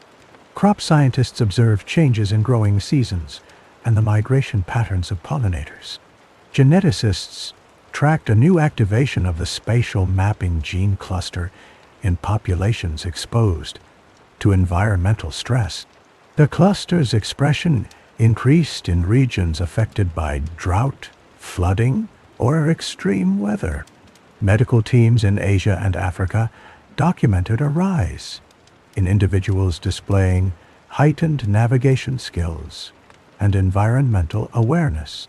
The pattern matched genetic activations seen during previous cycles of upheaval. Urban planners and engineers responded by incorporating ancient geometric principles into new infrastructure projects. Cities in Europe and Asia redesigned road networks and public spaces to align with solstice and equinox points. Water management systems adopted spiral and radial layouts, improving resilience to floods and droughts. Energy grids were rerouted to follow the alignments of ancient monuments, increasing stability during storms and solar events. International agencies coordinated the sharing of satellite data, seismic readings, and genetic studies. Research teams published real-time updates on environmental changes and population responses. Governments established emergency protocols based on models derived from the archaeological record. They prioritized the protection of food supplies, water sources, and critical infrastructure. Archaeologists and historians worked with engineers to decode the remaining fragments from the Sixth World. They identified warning markers and monument alignments designed to signal the approach of a new cycle. These markers were mapped and monitored for changes in resonance and vibration. In several regions, monuments began to emit low-frequency sounds during periods of increased seismic activity. Oceanographers mapped the migration of marine species along ancient routes. The patterns matched those seen in sediment cores from previous resets. Biologists tracked the movement of birds and mammals, noting shifts in breeding grounds and feeding areas. The changes aligned with the timing of past collapses. By 2035, the evidence was clear. The indicators of a new cycle were rising. Researchers, planners, and communities prepared, guided by the lessons encoded in stone, DNA, and the silent warnings of erased worlds. A cliffhanger before the final chapter. By late 2035, global coordination reached a level not seen in previous eras. Research consortia in Europe, Asia, and the Americas shared seismic, genetic, and astronomical data in real time. Emergency management agencies in over 40 countries adopted protocols based on the ancient cycle model.